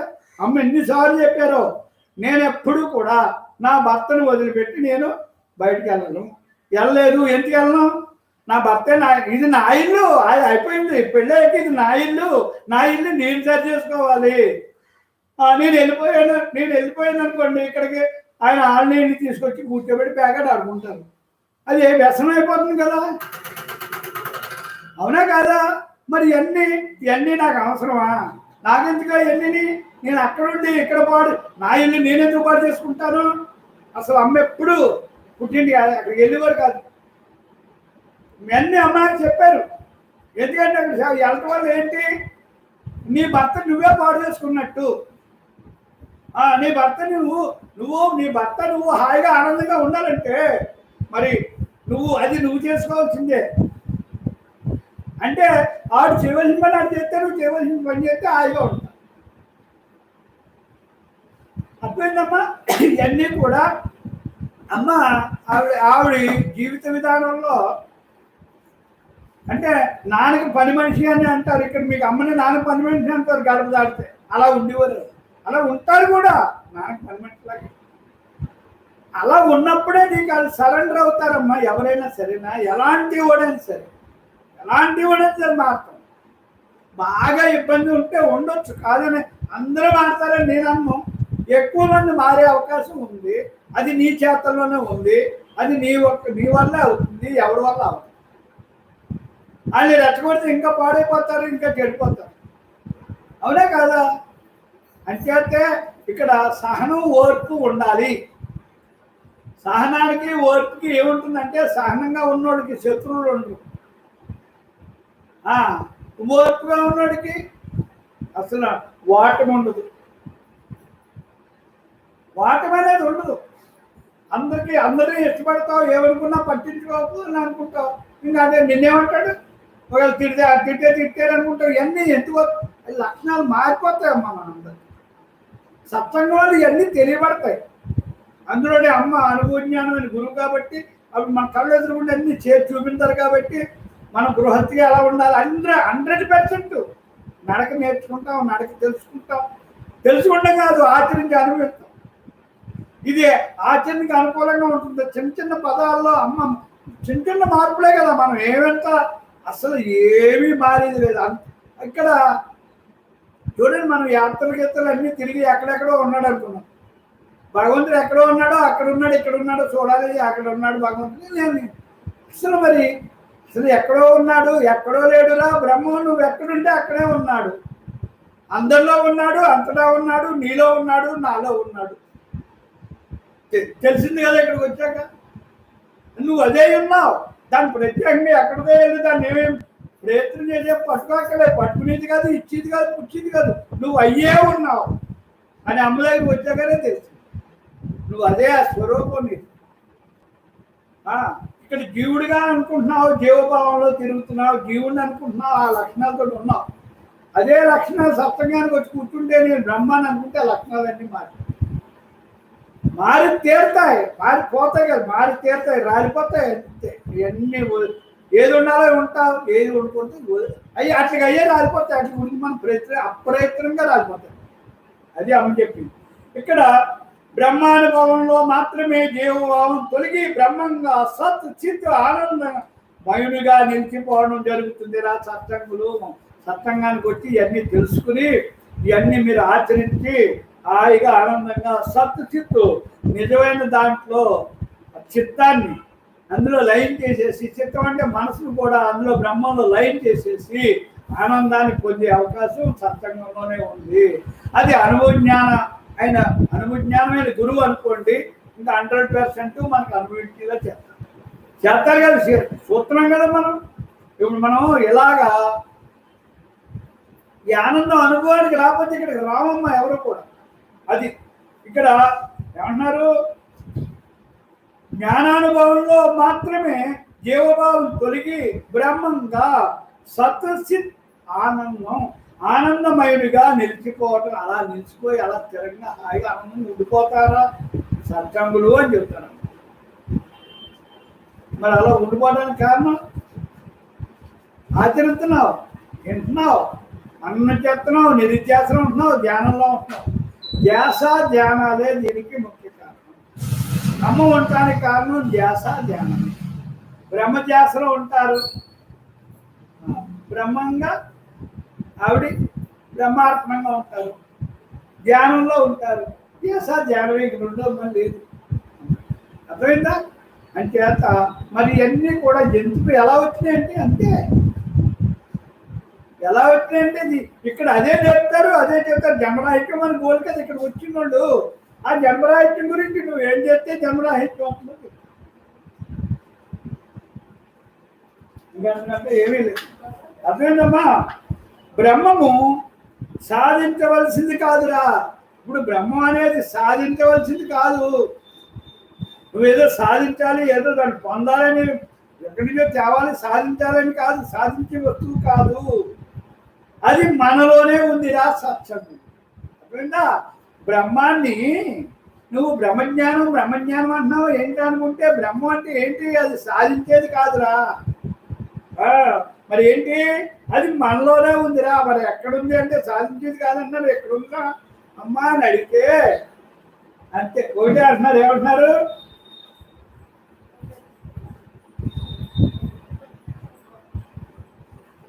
ఏమన్నారమ్మా? అది సాధించేది కాదు, అది మనలోనే ఉంది, అది మనమే అయి ఉన్నాం. అది ఈ మర్మం ఇక్కడ తెలుస్తుంది. అమ్మ దగ్గరికి వచ్చాక అది సాధించేది కాదు, అక్కడ ఎక్కడ దొరికేది కాదు. అది నీలోనే ఉంది. అక్కడ నీలోనే, అది నీలోనే ఉంది. నీలోనే కాదురా, అంతటా ఉంది. అంతటా కాదు, అందరిలోనే ఉంది. ఇవన్నీ కూడా మనం తెలుసుకోవాల్సింది ఎంతే. అణువణువు బ్రహ్మాండం అంతా అదే ఉందరా, బ్రహ్మం ఉందరా, అది లేని చోట లేదురా అని చెప్తాను.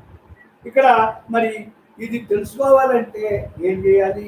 ఇది ఉంది అంతం కాదు, ఇది అనుభవించాలి. అది నీకు తెలియాలి. అది నువ్వే ఉన్నావు కాబట్టి నువ్వేంటో నీకు తెలియాలంటే ధ్యానమే. ధ్యానం తప్పింది ఇంకెందులోనే మనకి ఏం తెలియదమ్మా. ధ్యానం చేస్తే తప్పకుండా ఇక్కడ ఎంతసేపు సాధన ప్రారంభంలో అమ్మ అదే చెప్తారు. ముందు ప్రారంభంలో ధ్యానం చేయడానికి నీకు కొంచెం ఇబ్బంది అయినా సరే, అలాగే ఇప్పుడు సత్సంగాన్ని రావడానికి ముందు కొంచెం ఇబ్బంది, కానీ రావటం అలవాటు అయిన తర్వాత ఇష్టమైపోయి అసలు కష్టం అనిపించట్లేదు. కరోనాలో కూడా మనం లెక్క చేయకుండా వస్తున్నాం. 2 వచ్చినా 3 వచ్చినా 1 వచ్చినా ఎందుకు వస్తున్నాం? నిర్భయత్వం వచ్చింది. నీ మీద నీకు నమ్మకం వచ్చింది, నీ మీద నీకు దృఢ సంకల్పం వచ్చింది. అన్నిటికంటే మరణం యొక్క మర్మం తెలిసింది. మర్మం ఏంటి? నీ విధిలో ఎప్పుడు ఇక్కడ పుట్టినప్పుడే, ఇక్కడ నువ్వు ఎప్పుడైతే ఈ భూమి మీద పుట్టావో అప్పుడే ఎప్పుడు వరకు ఉండాలో అప్పుడు వరకు డేట్ ఫిక్స్ అయిపోయి ఉంది అంతే. అది ఎప్పుడు ఎలా జరగాలో నీ కార్యక్రమాలన్నీ కూడా దాంట్లో యాడ్ అయిపోయి ఉంటాయి, అలా జరిగిపోతాయంటే ఒక సినిమా లాగా. అదే చెప్తారు మహాత్ములు. ఏమంటారు? ఒరే ఈ జీవితం తీసిన సినిమా అంతే. ఈ తీసిన సినిమాను చూసుకుంటూ ఇది నేను విధిలో చేసిన కర్మల వల్ల ఈ ఫలితాలు వచ్చినాయి. మళ్ళీ కొత్తగా సినిమా చేసుకోను, సినిమా మళ్ళీ నేను పుట్టాను. అది అమ్మ దగ్గరికి వచ్చాక మనకు తెలిసింది ఏంటంటే, ఈ సినిమా చూసుకుంటూ ఇష్టంగా చేసుకుంటూ స్పందన లేకుండా, కొత్త సినిమాకి తయారవకుండా సున్నా చేసుకోవాలి. అది జన్మ యొక్క గొప్పతనం. అన్ని పందాలన్నీ కూడా మమకారం బంధహేతువు, అహంకారం బంధహేతువు, ఇవన్నీ కూడా ఇక్కడ దేహబుద్ధి అంటే ఇక్కడ ఏమంటున్నారో దేహం పట్టు, మనసు పట్టు, ఇంద్రియాల పట్టు, ప్రపంచం పట్టు, ఈ పట్టన్ని శాస్త్రం పట్టు, అన్నీ కూడా ఆ పట్లన్నీ ఏది పట్టద్దు అన్ని అలా చూస్తూ అలా అలా వదిలే చెప్తే ఇంట్లోనే ఈదులో అమ్మ ఏమన్నారు ఇందాక, నేను ఇంట్లోనే ఈదులోనే ఒకలా నిజంగా ఉంటారు. ఆవిడ ఒకలాగే ఆడపిల్లలు మనం ఒకలాగే చూస్తారు. మనం తప్పు చేసినా ఆవిడ చేతంటే చెప్తారు వాళ్ళు. ఎందుకంటే అసలు ఆవిడకి తప్పు కనపడదు, అంత మంచిగా చెప్తారు. ఆవిడ చెప్పడమే ఆవిడకి మంచి చెప్పడం ఆవిడకి తెలుసు, చెడు అనేది ఆవిడ చూడరు. ఆవిడకి కనిపించదు, అనిపించదు. ఇక్కడ మనకి అయితే అన్ని రకాలు కనపడతాయి. ఎందుకంటే మనసుతోడు చూస్తే గుణాలు కనపడతాయి, బ్రహ్మంగా చూస్తే ఒక్కటే కనపడదు, ఆనందమే కనపడదు, ఇంక రెండోది కనపడదు. అంటే ఆనందంగా ఉన్న వాళ్ళకి ఆనందమే కనపడుతుంది. నల్లకాళ్ళు జోడు పెట్టుకుంటే అంత నలుపు ఎలా కనపడుతుందో సహజంగా ఇది అంతే. ఈ మర్మం మనం తెలుసుకుంటే హాయిగా ఉంటుంది. అర్థమైందమ్మా? జ్ఞాని ఇక్కడ చూడండి, బ్రహ్మం సాధించవలసింది కాదని చెప్తారమ్మా. అరే సత్యంగా ఇది సాధించేది కాదురా, ఇది నీలోనే ఉందిరా, నువ్వే అది అయి ఉన్నావురా. అది ఏం చేయాలి? ఆచరించాలిరా. ఇది తెలుసుకోవాలి, జ్ఞానం తెలుసుకోవాలి. జ్ఞానం తెలుసుకుని ధ్యానం చేయరా. ధ్యానం చేస్తే నీవారు ఇంకా ధ్యానానుభవంలో నువ్వు ఎప్పుడైతే ధ్యానానుభవం వచ్చిందో ఇంకా నీకు రెండోది కనిపించదు, అనిపించదు, వినిపించదు అన్నట్టు ఉంటారు. మనకి ఏది ఇంకా ఆనందం పొందాక ఆనందంలో అత్తమాను అందులో ఉయ్యాలు ఊగుతూ ఉంటాం. ఇప్పుడు అమ్మకి అనుభవం వచ్చిన వల్ల కదా ఊరికే కళ్ళు మూసేసుకుంటాం. కళ్ళు మూసుకుని ధ్యాన స్థితిలోకి వెళ్ళిన తర్వాత వాళ్ళకి కాలంతో దేంతో మనం ఆనందో బ్రహ్మ ఆ లైవ్ అయిపోతారు ఎవరైనా. మరి అమ్మ మనకి ఇవన్నీ కూడా అది చూపించడానికి ఇంకా నా పిల్లలందరూ కూడా ఇంకా ధ్యానం చేసి అనుభవించాలి. ఇంక ఎన్నాళ్ళు వింటానే ఉంటారా, అనుకుంటానే ఉంటారా, మరి అనుభవం రావాలి కదా అనే అమ్మ ఇప్పుడు చెప్పింది అదే. అందరికి చక్కగా ధ్యానం చేసుకోండి, వినండి. ఇప్పుడు మనకి అవకాశం ఇచ్చింది కదా, అమ్మ చెప్పింది వినండి, ఇది అదంతా నెవరేసుకుంటూ ఉండండి, ఆచరణలో పెట్టండి. ఆచరించినప్పుడు మీకు అనుభవం వస్తుంది. అనుభవం వచ్చినప్పుడు మీకు ఏమి స్పందన ఉండదు. ఇక్కడ మనస్సు ఇంద్రియాలే నీకు ధ్యానంలో ఇబ్బంది పెడతాయి. ఆ రెండు కూడా అట్లా లక్షణాలు తెలుసుకున్నా కాబట్టి నీకు ఆ లక్షణాలు తెలుసుకున్నా కాబట్టి వాటి యొక్క గుణాలు తెలుస్తుంది కాబట్టి నువ్వు చక్కగా మనసు ఇంద్రియాలు నీ వశం అయ్యేలాగా నీకు అర్థమైంది. కాబట్టి సత్సంగంలో దానికి నువ్వు ప్రాధాన్యత ఇవ్వకో, ఆలోచన కూడా నువ్వు వెళ్ళకో. ఆలోచన దేనికి ఆగు అనుకో. ఇవన్నీ కూడా ఆలోచన రహిత స్థితే బ్రహ్మం, ఆలోచన లేని స్థితే బ్రహ్మం. ఇవన్నీ కూడా ఆగి స్థితి మనందరికీ వస్తుందమ్మా. ఈ సత్సంగంలో మనందరూ కూడా ఇక్కడ తెలుసుకుంటున్నాం, ఆచరిస్తున్నాం, అనుభవిస్తున్నాం. కాబట్టి ఇక్కడ మనకి అసలు ఏమి సంశయాలేమో, భ్రమ లేదు, భ్రాంతి లేదు. ఒక్కరికి కూడా భ్రమ భ్రాంతి లేదు. అలా ఉండిపోతున్నాం. ఎందుకు ఉండిపోతున్నాం? మనం సహజంగా ఆ లక్షణాలతో, ఆ గుణాలతో, ఆ భావాలతో నడకలన్నీ అలాగే ఉంటున్నాం. మనకు తెలియకుండానే ఉంటున్నాం. మనం ఏదో ఇది ప్రత్యేకం కాదు, సహజమైపోయింది అందరికీ కూడా. ఈ బ్రహ్మంగా అలవాటైపోయి, ఈ సత్సంగం అలవాటైపోయి, ఈ అభ్యాసం అలవాటైపోయి ఎవరేమనుకున్నా పట్టించుకోవట్లేదు, ఎవరి ఎంటలేదు, ఎవరిని అంటలేదు. అప్పుడు బాహ్యంగా ఇది వరకు అందరికి ఫోన్ చేసి మాట్లాడేవాడు ఇప్పుడు ఫోన్ వస్తే కూడా బాగున్నారని పెట్టారు. అసలు ఏమి నువ్వు బాగున్నావా ఏంటి, అది ఉందా, ఇది ఉందా, పొలం బాగా పండిందా, ఇది అని కూడా ఇది వరకు బాహ్యంగా వ్యవహారాలు. ఇప్పుడు ఏమి అడగట్లేదు, నువ్వు బాగున్నా నేను బాగున్నా అంతే. ఇంత సింపుల్గా అంటే ఏది మాట్లాడాలో అదే మాట్లాడాలి. ఈ సత్సంగులు అవుతానే బ్రహ్మంగా ఉన్నప్పుడే మాట్లాడుకుంటున్నాం కొత్త ఈ జ్ఞానం గురించి. లేకపోతే మాట్లాడటానికి మాటలు లేవు, బాహ్య వ్యవహారం లేదు. అసలు బాహ్య వ్యవహారం అంతా ఊడిచేసేసి. అప్పుడేందమ్మా అంతేనే కాదా? మనందరూ అలా ఉంటున్నావా లేదా? ఎలా బంగారు ఉంటున్నావా? ఉంటున్నావంటే ఎందుకున్నా వింటున్నా. వర్తమానం అదే కదా మనం వినేది, అదే అదే వింటున్నాం, అదే అంటున్నాం, అలా ఉంటాం అలవాటు అయిపోయింది మనకి. ఇది కొత్తగా ఏమీ కాదు. ఇది అదే ఎన్నిసార్లు చెప్పుకుంటా ఏంటంటే పొద్దున్న భోజనం ఎలా తింటాం, సాయంత్రం భోజనం ఎలా తింటాం. పొద్దున్న భోజనం తిన్నాం, సాయంత్రం భోజనం తిన్నాం, మళ్ళీ పొద్దున్న రెడీగా తినేస్తాం. ఎందుకు తినాలి? తినాలి అంతే. అమ్మ చెప్పేది అది, తినాలి. దాన్ని ఎందుకు తినాలి? ఈ శరీరానికి, ఈ శరీర పోషణకి అది తినాలి. ఈ లోపల బ్రహ్మంగా నువ్వు ఎప్పుడు నిత్య నిరంతరం ఆనందంగా ఉండాలంటే సత్సంగం తినాలి. ఇది దానికి ఆహారం, అది శరీరానికి ఆహారం. ఇక్కడ అదే కదా మరి. ఈ దేహం దేవాలయంలో ఉన్నప్పుడే ఈ దేవాలయంలో దేవుడు ఉంటాడు. దీనికి ఆహారం ఎలా పెట్టాలో అలా పెట్టాలి. లోపల బ్రహ్మంగా ఎలా ఉండాలో దానికి ఈ సత్సంగంలో అది అంటా ఉండాలి. ఇవన్నీ కూడా మనం ఎన్ని చెప్పుకున్నా అంతే. అలాగా ఇక్కడ ఇది కొత్తగా చెప్పింది ఏం కాదు. ఇది అన్నం ఎప్పుడు ఒకేలాగా, అన్నం ఎప్పుడు తినాలా? ఎప్పుడు తినాలి. మనిషి ఉన్నంతకాలం తినవలసిందే, లేకపోతే మనిషి ఈ శరీరం సహకరించదు. అలాగే ఈ ఆఖరి శ్వాస వరకు ఈ సత్సంగం ఉన్న అమ్మ ఏమంటారు? ఆఖరి శ్వాస వరకు ఉండవలసిందే. ఎందుకంటే ఉండవలసిందే, ఉంటేనే దానికి ఆ శక్తి యుక్తి వస్తాయి.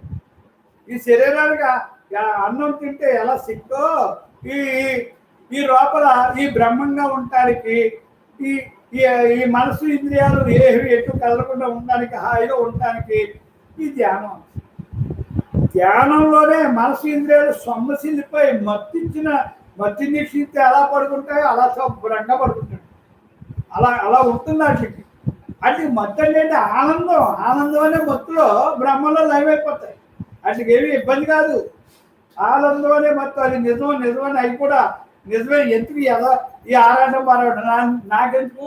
ఆ బ్రహ్మకి హాయిగా ఆ చెప్పిన మాట తింటే హాయిగా అంటే నాకు హాయి కదా. నాకెందుకు అది కావాలి ఇది కావాలండి, అన్నీ ఉన్నాయి కదా మనకి. అది అన్ని మనసు కూడా తృప్తి పడిపోతుంది. ఇంద్రియాలు కూడా ఆకర్షించడానికి ఇష్టపడదు. అన్నీ ఉన్నాయి కదా, ఎందుకు అవన్నీ పనుకునే అవన్నీ తుడుచుకుని పని మనుషులకు నేను ఎందుకు ఉండాలి అని బాహ్య వస్తువుల మీదకి వెళ్తాం. అంతా ఈ ఆధ్యాత్మికలోనే ఉంటుంది, ఆధ్యాత్మిక మార్గంలోనే ఉంటుంది. ఆ సూపు ఏంటి, చేతలు ఏంటి, అన్నీ అందులోనే ఉంటాయి. ఎందుకంటే ఇక రెండోది అసలు రెండో దాని గురించి ఆలోచించదమ్మా, ఆలోచించదు. ఎందుకంటే అవసరం లేదు మనకి. తెలియనప్పుడు అవన్నీ అవసరం. తెలిసిన తర్వాత అమ్మ చెప్పారు కదా, ఒరే షోకేసులో అన్నీ పెడతావురా, 2 షోకేసులు పెడతావు, 5 బొమ్మలు పెడతావు. ఒకసారి చెప్పారు ఆ మాట, నాకు ఇప్పుడు కూడా జ్ఞాపకం. చూడండి, ఇప్పుడు షోకేస్ అంటే షో అది అంతే కదా. షో చేసేదే షోకేస్, దాంట్లోనే ఉందా. ఆ షో నీకెందుకు? అదంతా భ్రమ. అదంతా సరే. ఆ షోకేస్లో పెడతావు, బొమ్మలు పెడతావు, అక్కడక్కడ దొరికి అన్ని పట్టుకుని పెట్టావు. అవి నీకు ఏం చెప్తాయి అట్ల వల్ల నీకు ఏమవుతుందంటే అమ్మ ఒకసారి చెప్పారు. ఏమవుతుందంటే వాళ్ళు వస్తారు కదా, అబ్బా ఎంత బాగా పెట్టావే, ఎంత బాగా ఉన్నావే, ఎంత మంచి బొమ్మలు తెచ్చావే అని నిన్ను ఇంకా దాన్ని ప్రోత్సహిస్తారు. ఇంకా కొనిపెట్టమని. సరే కొనిపెడతాం. కొనిపెట్టకపోతే దాన్ని శుభ్రంగా ప్రతిరోజు తొడవాలి. ఆ షోకేసి తొడవాలి, అట్లా తొడవాలి అని. అది తొడవకపోతే మళ్ళీ వస్తారండి. మళ్ళీ వచ్చినప్పుడు ఏమంటారు, అప్పుడు బాగున్నాయి కదా, ఏంటి అసలు శుభ్రం చేయట్లేదు ఏంటే, అదేంటే అంత మంచి కొన్ని శుభ్రం చేయకుండా అలా వచ్చేవేంటే అంటారు. మరి అప్పుడు పొగిడినాడు. ఇప్పుడు ఎందుకంటారు? వాళ్ళు తుడతారా నీకు? చెప్పు. అంచేత అమ్మ ఎప్పుడు కూడా అట్లన్నింటినీ నువ్వు తుడుచుకుంటా పని మనిషిలాగా. నీకు ఎందుకా ఇవన్నీని? వాటి వల్ల నీకు ఏమైనా ఉపయోగం ఉందా? వాళ్ళు ఇల్లు వచ్చి నువ్వు బాగుంది, నీ ఇల్లు బాగుంది, నువ్వు బాగున్నావు అని చెప్తారా? దానివల్ల నీకు ఏంటి ఉపయోగం? అహంకారం వస్తుంది, అందుకంటే ఏమీ రాదు.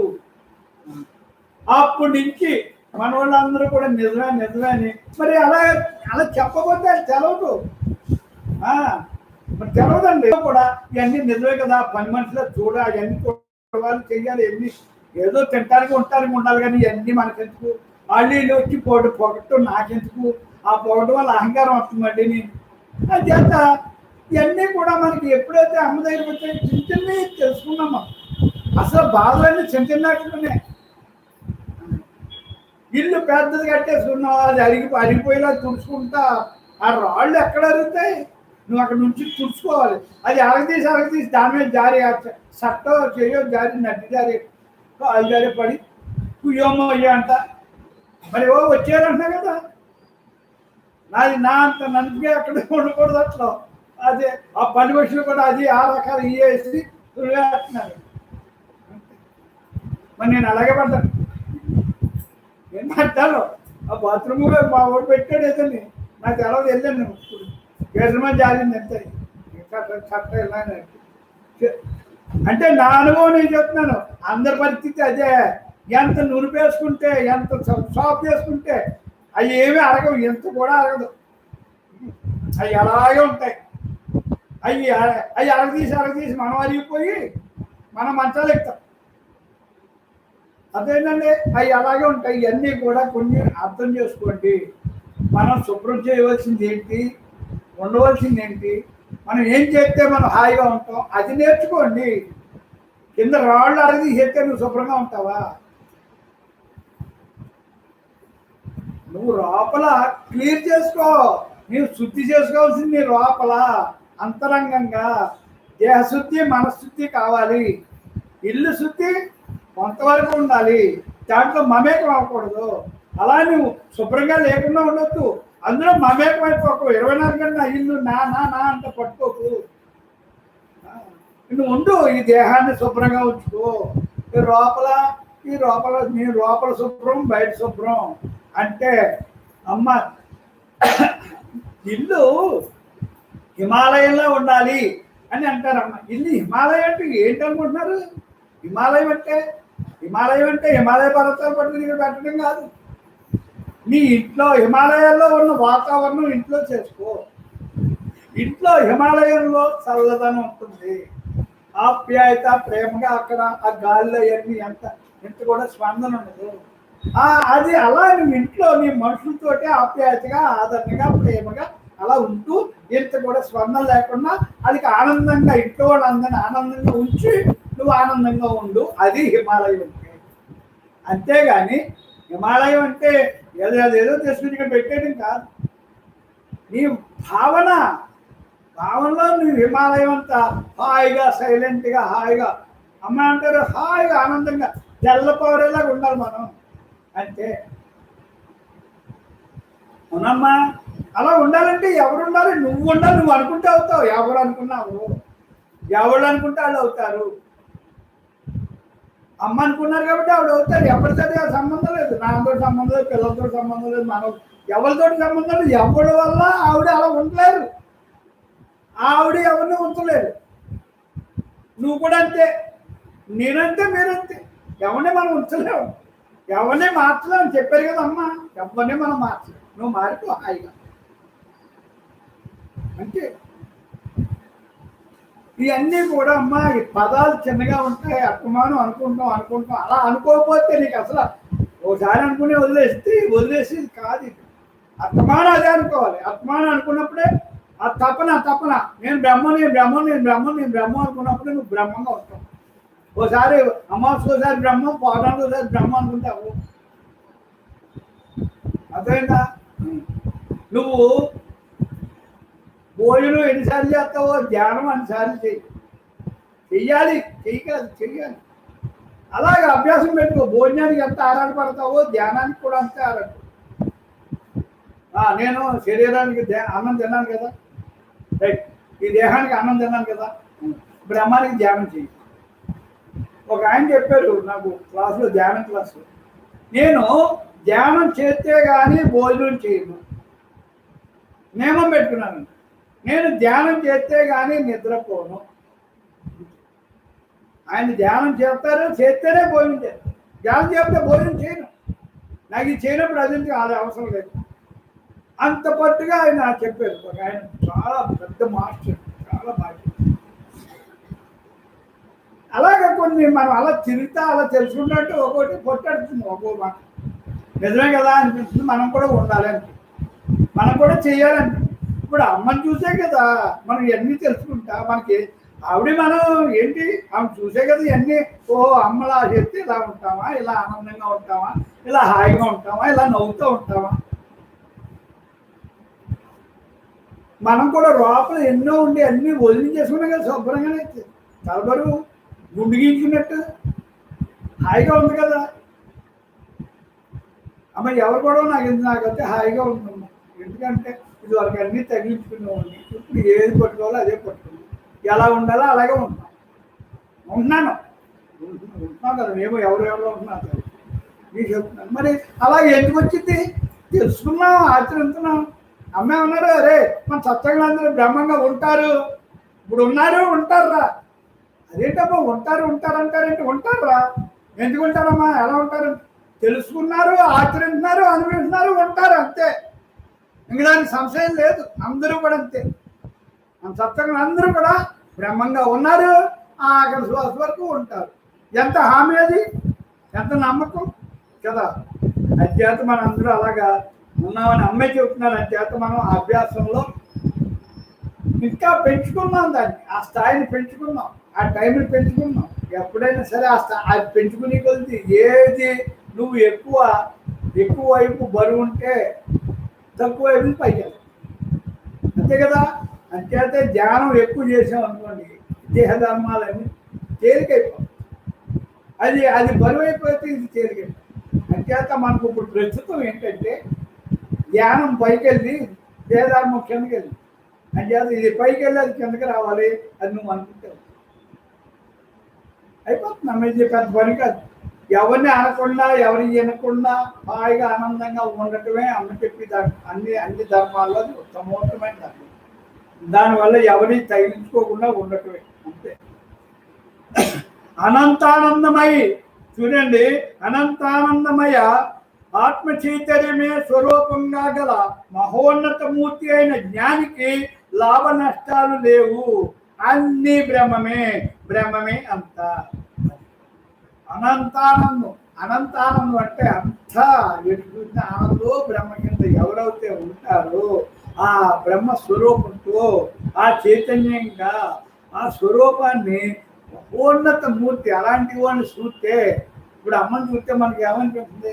దండం పెట్టాలని ఎట్లా అనిపిస్తుంది?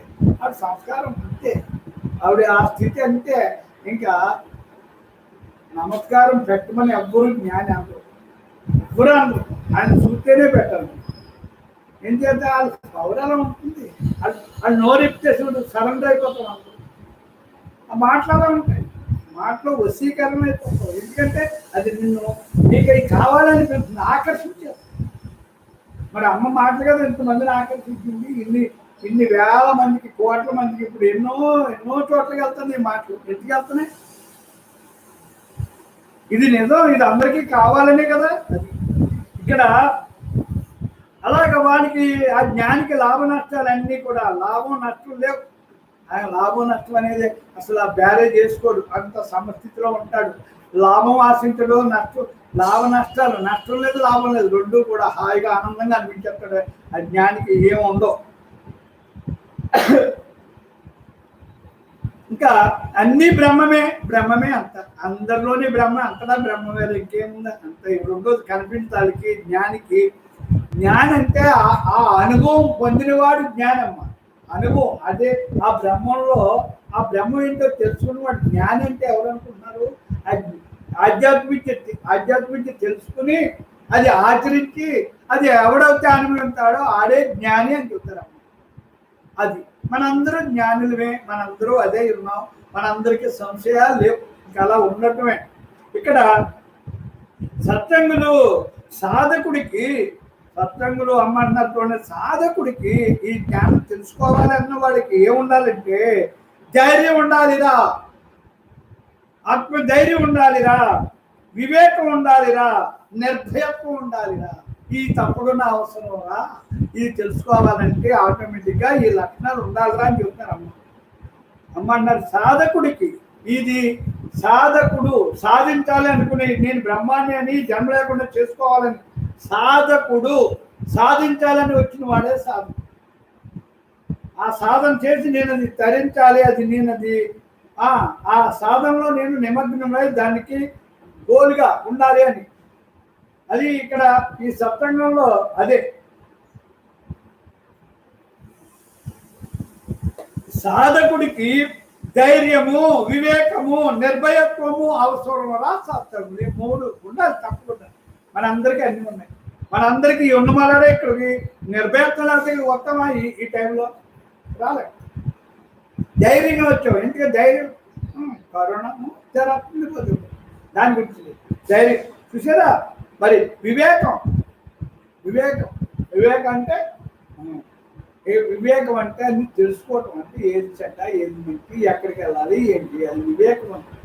వివేకానందుడు వివేకవంతుడు అంటారు. వివేకానందుడు అంటే వివేకంతో అన్ని తెలుసుకున్నవాడు. ఏది నిజం ఏది అర్థం. అమ్మ వివేకవంతుడు, ఆవిడకి అన్ని తెలుసు. అలాగన్నమాట. ఇవన్నీ కూడా మనకి చెప్పగలుగుతారంటే ఆవిడకి అన్ని తెలుసుకున్నవాడు. అలాగే నీకు సాధకుడికి ఫస్ట్ వివేకం కూడా అవసరం. అది నిర్భయత్వం అవసరం. నిర్భయత్వం అంటే ఏది నువ్వు మనసా వాచ కర్మన ఎలా ఉండాలో, ఏది విన్నావో అది ఆచరణలో పెట్టాలి. ఆచరణలో పెట్టిందని అది ఆచరణలో పెట్టిందని అనుభవించిందని అర్థమవుతుంది. అర్థమైన తర్వాత అసలు క్షణం కూడా వ్యర్థం చేస్తుంది. అది నువ్వు అక్కడ కావాలి. ఆ నిర్భయత్వం కావాలి. నిర్భయత్వం అంటే నాకు ఎందుకు రాదు అనే నిర్భయత్వం. నాకు ఎందుకు రాదు అంటే ఆ పట్టుదలే నిర్భయత్వం. జీవన్ముక్తుడు అహంకారాన్ని అధిగమించి ఉంటాడు రా శాస్త్రం. అహంకారం అసలు అదేమి చేయదు. అహంకారం అనేది ఏం చేయదండి. ఏం చేయదంటే అహంకారం అంటే అహంకారం మమకారం ఈ రెండు కూడా బంధం. అన్నిటికన్నా బంధం. నేను అనే అహంకారం. నేను కాబట్టి ఎన్ని చెప్తున్నాను, నేను కాబట్టి చదివాను, నేను కాబట్టి మీ అందరికీ చెప్తున్నాను. నువ్వా చెప్పేసి నువ్వా అంటే నువ్వంటే ఆకారమా? కాదు. ఇక్కడ చెప్పేది అమ్మ బ్రహ్మం లోపల చెప్పించేదమ్మా వినేదమ్మా వినిపించేదమ్మా అంతే. ఇంకా ఇక్కడ నేననే భావం పక్క తీయాలి. ఈ దేహభావన అనే భావం తీయకపోతే నీకు ఏమీ రాదు. దేహం నేను చెప్తున్నాను అనుకున్నావా అంతే ఆగిపోతా. ఎందుకు ఆగిపోతా? నువ్వు చెప్పని పక్క తప్పుకుంటాడు బ్రహ్మం. అర్థమైందమ్మని. అందుకే నేను అనేవాడు ఎక్కువ చెప్పలేడు. బ్రహ్మజ్ఞాని అనర్గళంగా చెప్పలేడు. ఎందుకు చెప్పగలుగుతాడు? ఆయనకి ఇంక నేను అనే భావం తీసాడు. చెప్పేవాడు ఆయన, చెప్పించుకునేవాడు ఆయన. నాకు సంబంధం లేదు. ఏం కావాలో ఇప్పుడు అమ్మ కూడా మనకి ఏం కావాలో తెలీదు. అమ్మకు తెలుసు. ఆ మాటలే చెప్తారు మనం.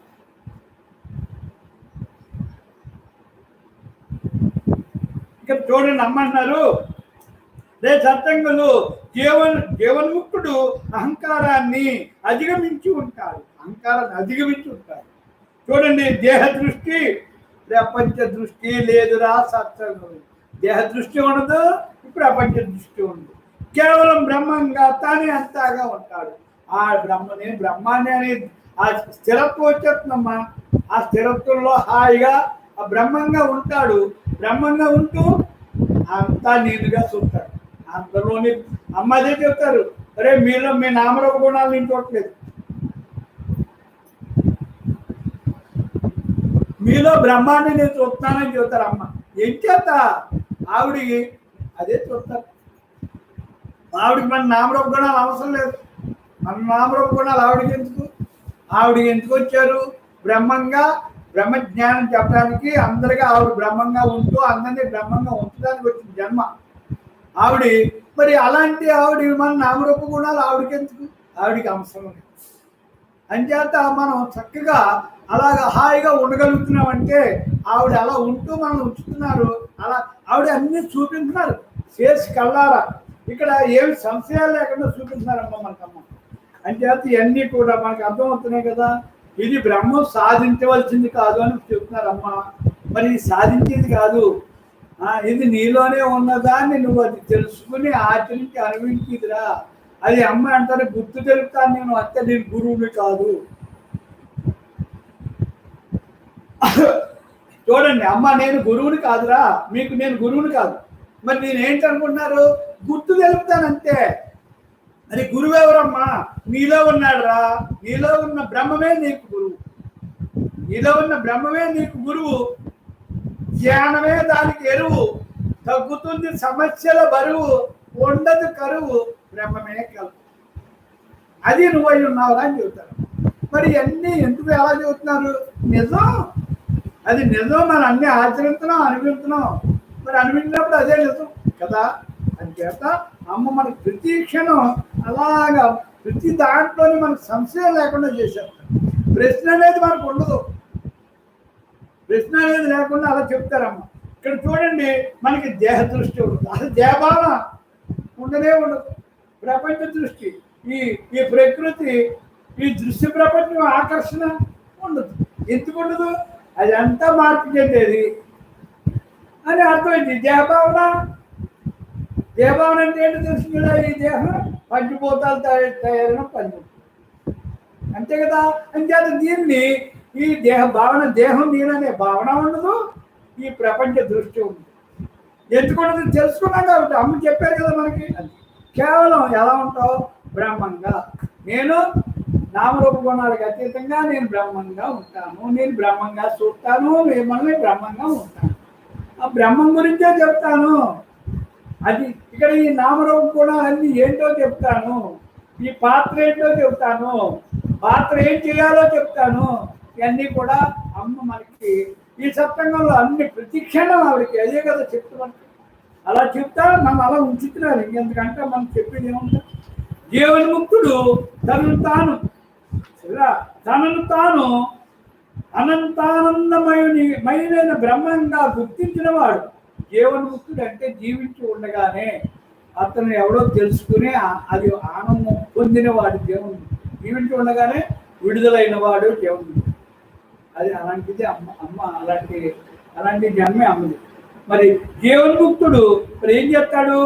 తనను తాను అనంతానందమయమైన బ్రహ్మంగా గుర్తించిన వాడు కాబట్టి, వాడెవడో వాడు తెలుసుకున్నాడు కాబట్టి అతనిలో పరిమితమైన ఇంద్రియ తాదాప్య రూపమైన అశాంతి ఉండదురా. ఇంకా అది బ్రహ్మానికి అశాంతి ఉంటుందా? బ్రహ్మంగా ఉన్నోడికి ఇంకా ఈ నామరూప గుణాలతోటి ఈ పరిమితంగా ఉన్న ఈ ఆకారాలతోటి పరిమిత ఇంద్రియ తాదాప్య రూపమైన అశాంతి. ఇంద్రియాలు చూడండి, దేహభావన ఉంటే అంతా కూడా తప్పన, అన్ని కూడా దేహభావన ఉందంటే ఏముంటుంది? అశాంతి. అంటే ద్వంద్వాలతో కూడియే దేహం. నేను అనుకుంటే అన్నీ కూడా అలా ఉన్నట్టు సుఖం దుఃఖం ఇవన్నీ ఆకలి ఇవన్నీ కూడా ఒక రకంగా అన్ని ద్వంద్వాలే ఉంటాయి. అవన్నీ కూడా అవన్నీ కాబట్టి ఇంద్రియ తాదాప్య రూపమైన అశాంతి అందువల్ల అశాంతి అవుతుంది. శాంతి మాత్రం అశాంతి ఇవన్నీ కూడా మనకి ఎలా అంటే అంతే. మీరు అలాగా మీరు తెలుసుకుంటే అంతే అవుతుంది. తెలుసుకోవాలి. ఇక్కడ అంతా కూడా అమ్మ చెప్తారు, శోధన సాధన బోధన. శోధించు, తెలుసుకో, సాధించు, నువ్వు అదైపు, అప్పుడు అందరికీ ఆనందాన్ని బోధించు. అక్కడ ఇవన్నీ కూడా అమ్మ మనకు తెలియకుండానే మనకి తెలుసున్న వాళ్ళకి మనం చెప్తున్నాం. ఇక్కడ అందులో ఏం సంశయం లేదు. మనం ఉంటున్నాం, మనం ఆచరించి అందరికీ దాన్ని వ్యక్తం చేస్తూ మనం అందరికీ కూడా మనం పంచుతున్నాం అమ్మ. అందులో సంశయం లేదు. ఇక్కడ జీవన్ముక్తుడు అంతరంగం సదా నిశ్చలంగా శాంతంగా ఆనందంగా ఉంటుందిరా.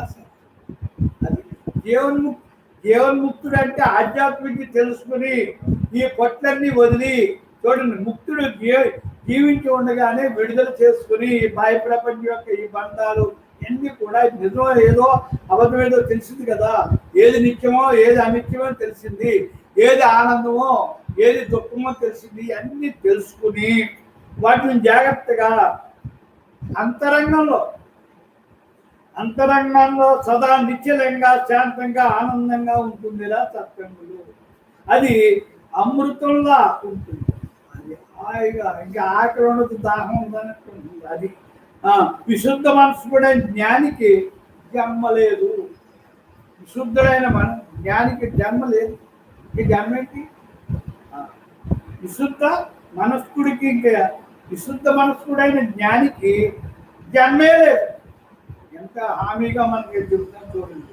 జీవన్ముక్తుడు అంతరంగం సదా నిశ్చలంగా శాంతంగా ఆనందంగా ఉంటుందిరా సత్సంగుడు. అది అమృతంలా ఉంటుంది. విశుద్ధ మనస్కుడైన జ్ఞానికి జన్మ లేదు. జన్మకి జన్మ లేదు. అదేందా ఏ వాసనలు లేవు. సదా శాంతంగా సుఖ దుఃఖాల్లో సమత్వ బుద్ధితో ఉంటూ దేనిని కావాలని కోరడు. అసలు ఏం కోరిక మనం కూడా అడగము. ఇది వరకులాగా ఇప్పుడు కోరికలు లేవు. ఇది వరకులాగా మన భావాలు లేవు. ఇప్పుడంతా కూడా ఏది మాట్లాడాలో, ఎంత మాట్లాడాలో, ఎలా ఉండాలో, ఏం చేయాలో అన్నీ కూడా అలాగా ఆటోమేటిక్గా మనకు అన్నీ కూడా భావనక్షత్రం మారిపోయిందమ్మా. ఒక మాటలో చెప్పాలంటే ఆలోచన విధానం మారిపోయింది అందరికీ కూడా. అది మీకు తెలియట్లేదు.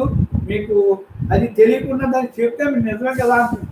ఇప్పుడు ఒక మాట చెప్తాను ఏంటంటే, ఇంట్లో ఎవరన్నా ఓ మాట అంటే దానికి అసలు మనకు కోపం రావట్లేదు. కోపం వస్తుందా? రావట్లేదు. ఎందుకు రావట్లేదు? అది వాళ్ళ అభిప్రాయం పట్టే అంతే అన్నారు. వాళ్ళు అనుకుని నాకేంటి అని అలాగా. మరి అదేంటి? అది ఇక్కడ తెలుసుకున్న దాని వల్ల దాన్ని వదిలేస్తాం.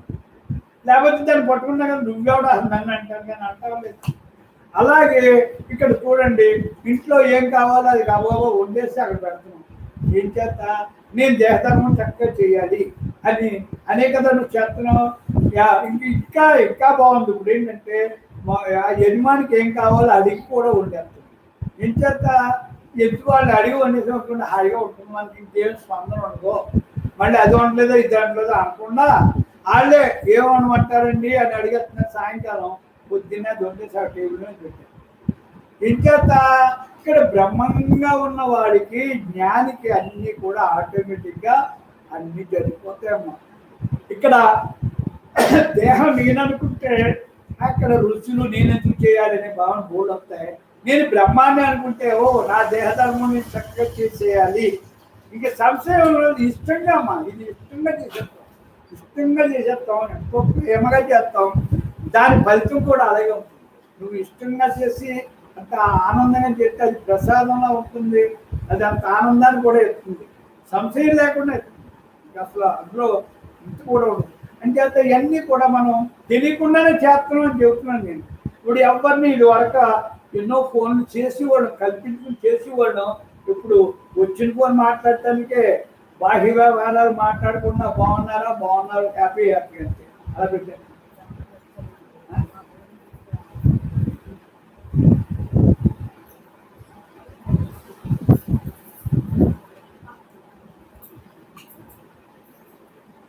బ్రహ్మాత్మం